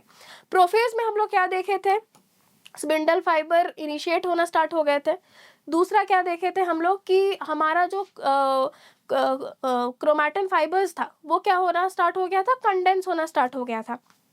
थर्ड हमारा न्यूक्लियर मेम्ब्रेन, हमारा न्यूक्लियोलाई, हमारा सेल ऑर्गेनेल, ये तीनों चीज क्या हो जा रहे थे, गायब हो जा रहे थे। बट टेलोफेज में क्या है, ये सारे वापस से रिस्टोर हो जाते हैं, यानी कि सारे वापस से अपेयर होना स्टार्ट हो जाते हैं। स्पिंडल फाइबर बना कहाँ था, प्रोफेज में, गायब कहाँ होगा, टेलोफेज में। न्यूक्लियर मेम्ब्रेन, न्यूक्लियोलाइट डिसअपेयर कहाँ हुआ था, प्रोफेज में, वापस कहाँ पे आ जाएगा, हमारे टेलोफेज में।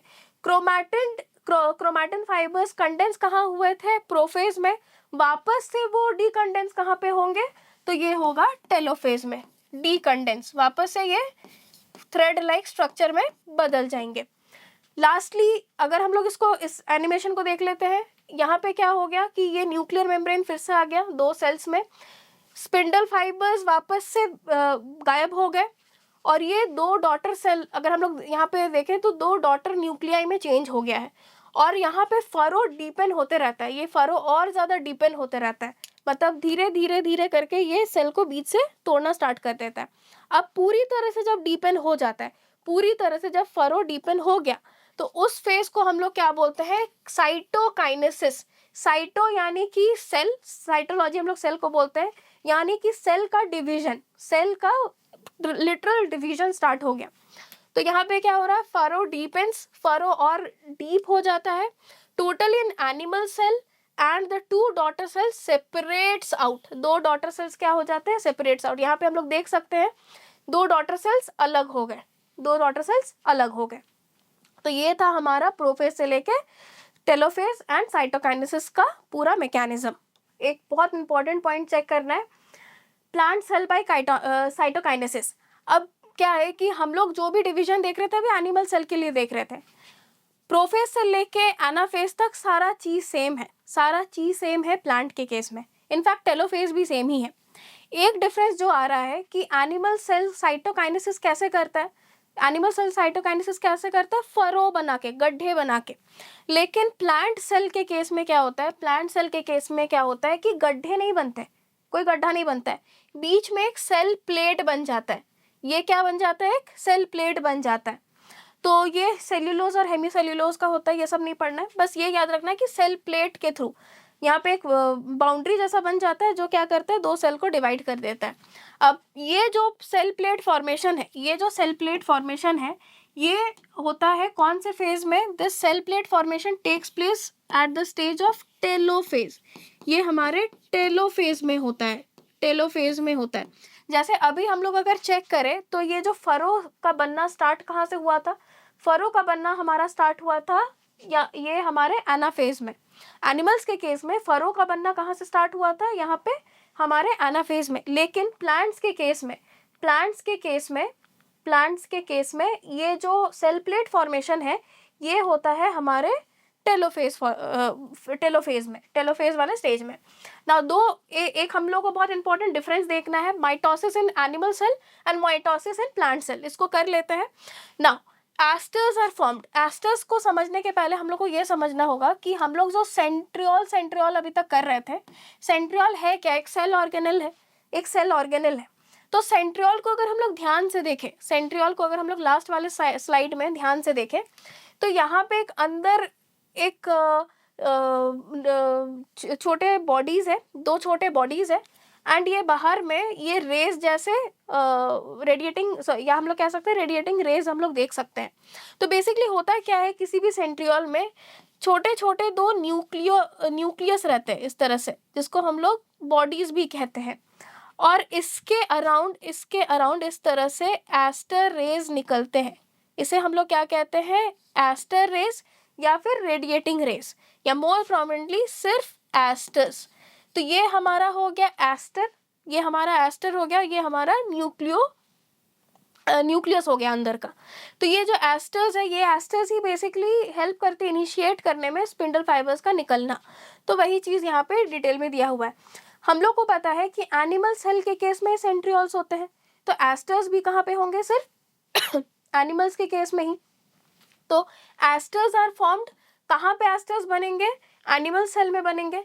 एस्टर्स कहाँ नहीं बनेंगे, प्लांट सेल में नहीं बनेंगे। क्यों, because there is no centriole present inside the plant cell. Now next क्या है, साइटोकाइनेसिस कैसे होता है, फरोइंग से। गड्ढे बना के होता है। कौन से फेज में होता है, यहाँ पे भी वो चीज भी मेंशन करना है। तो ये एनाफेज में होता है, ये एनाफेज में स्टार्ट हो जाता है। प्लांट सेल के केस में फरोइंग नहीं होता है, गड्ढा नहीं बनाता है सेल, वो एक प्लेट बना लेता है दो एडजेसेंट सेल्स के बीच में। तो cytokinesis by cell plate formation. लेकिन हम लोग को इम्पोर्टेंटली क्या याद रखना है कि कौन से फेज में ये होता है, तो ये टेलोफेज में इनिशिएट होता है। ये कौन से फेज में, तो ये टेलोफेज में होता है।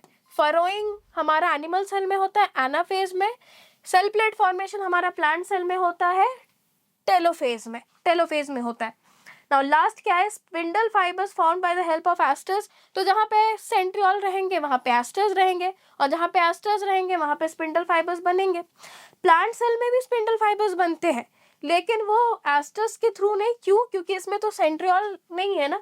तो ये बनते हैं माइक्रोट्यूब्यूल्स के मदद से। माइक्रोट्यूब्यूल्स भी एक तरह के साइटोस्केलेटन होते हैं, जो कि प्रोटीन के स्ट्रक्चर्स के होते हैं। तो इसको डिटेल में बहुत ज़्यादा पढ़ना नहीं, बस हम लोग को इतना याद रखना है कि ये माइक्रोट्यूब्यूल से बनते हैं। तो ये था हमारा mitosis in animal cell and mitosis in plant cells के बीच में डिफरेंस। एक लास्ट टॉपिक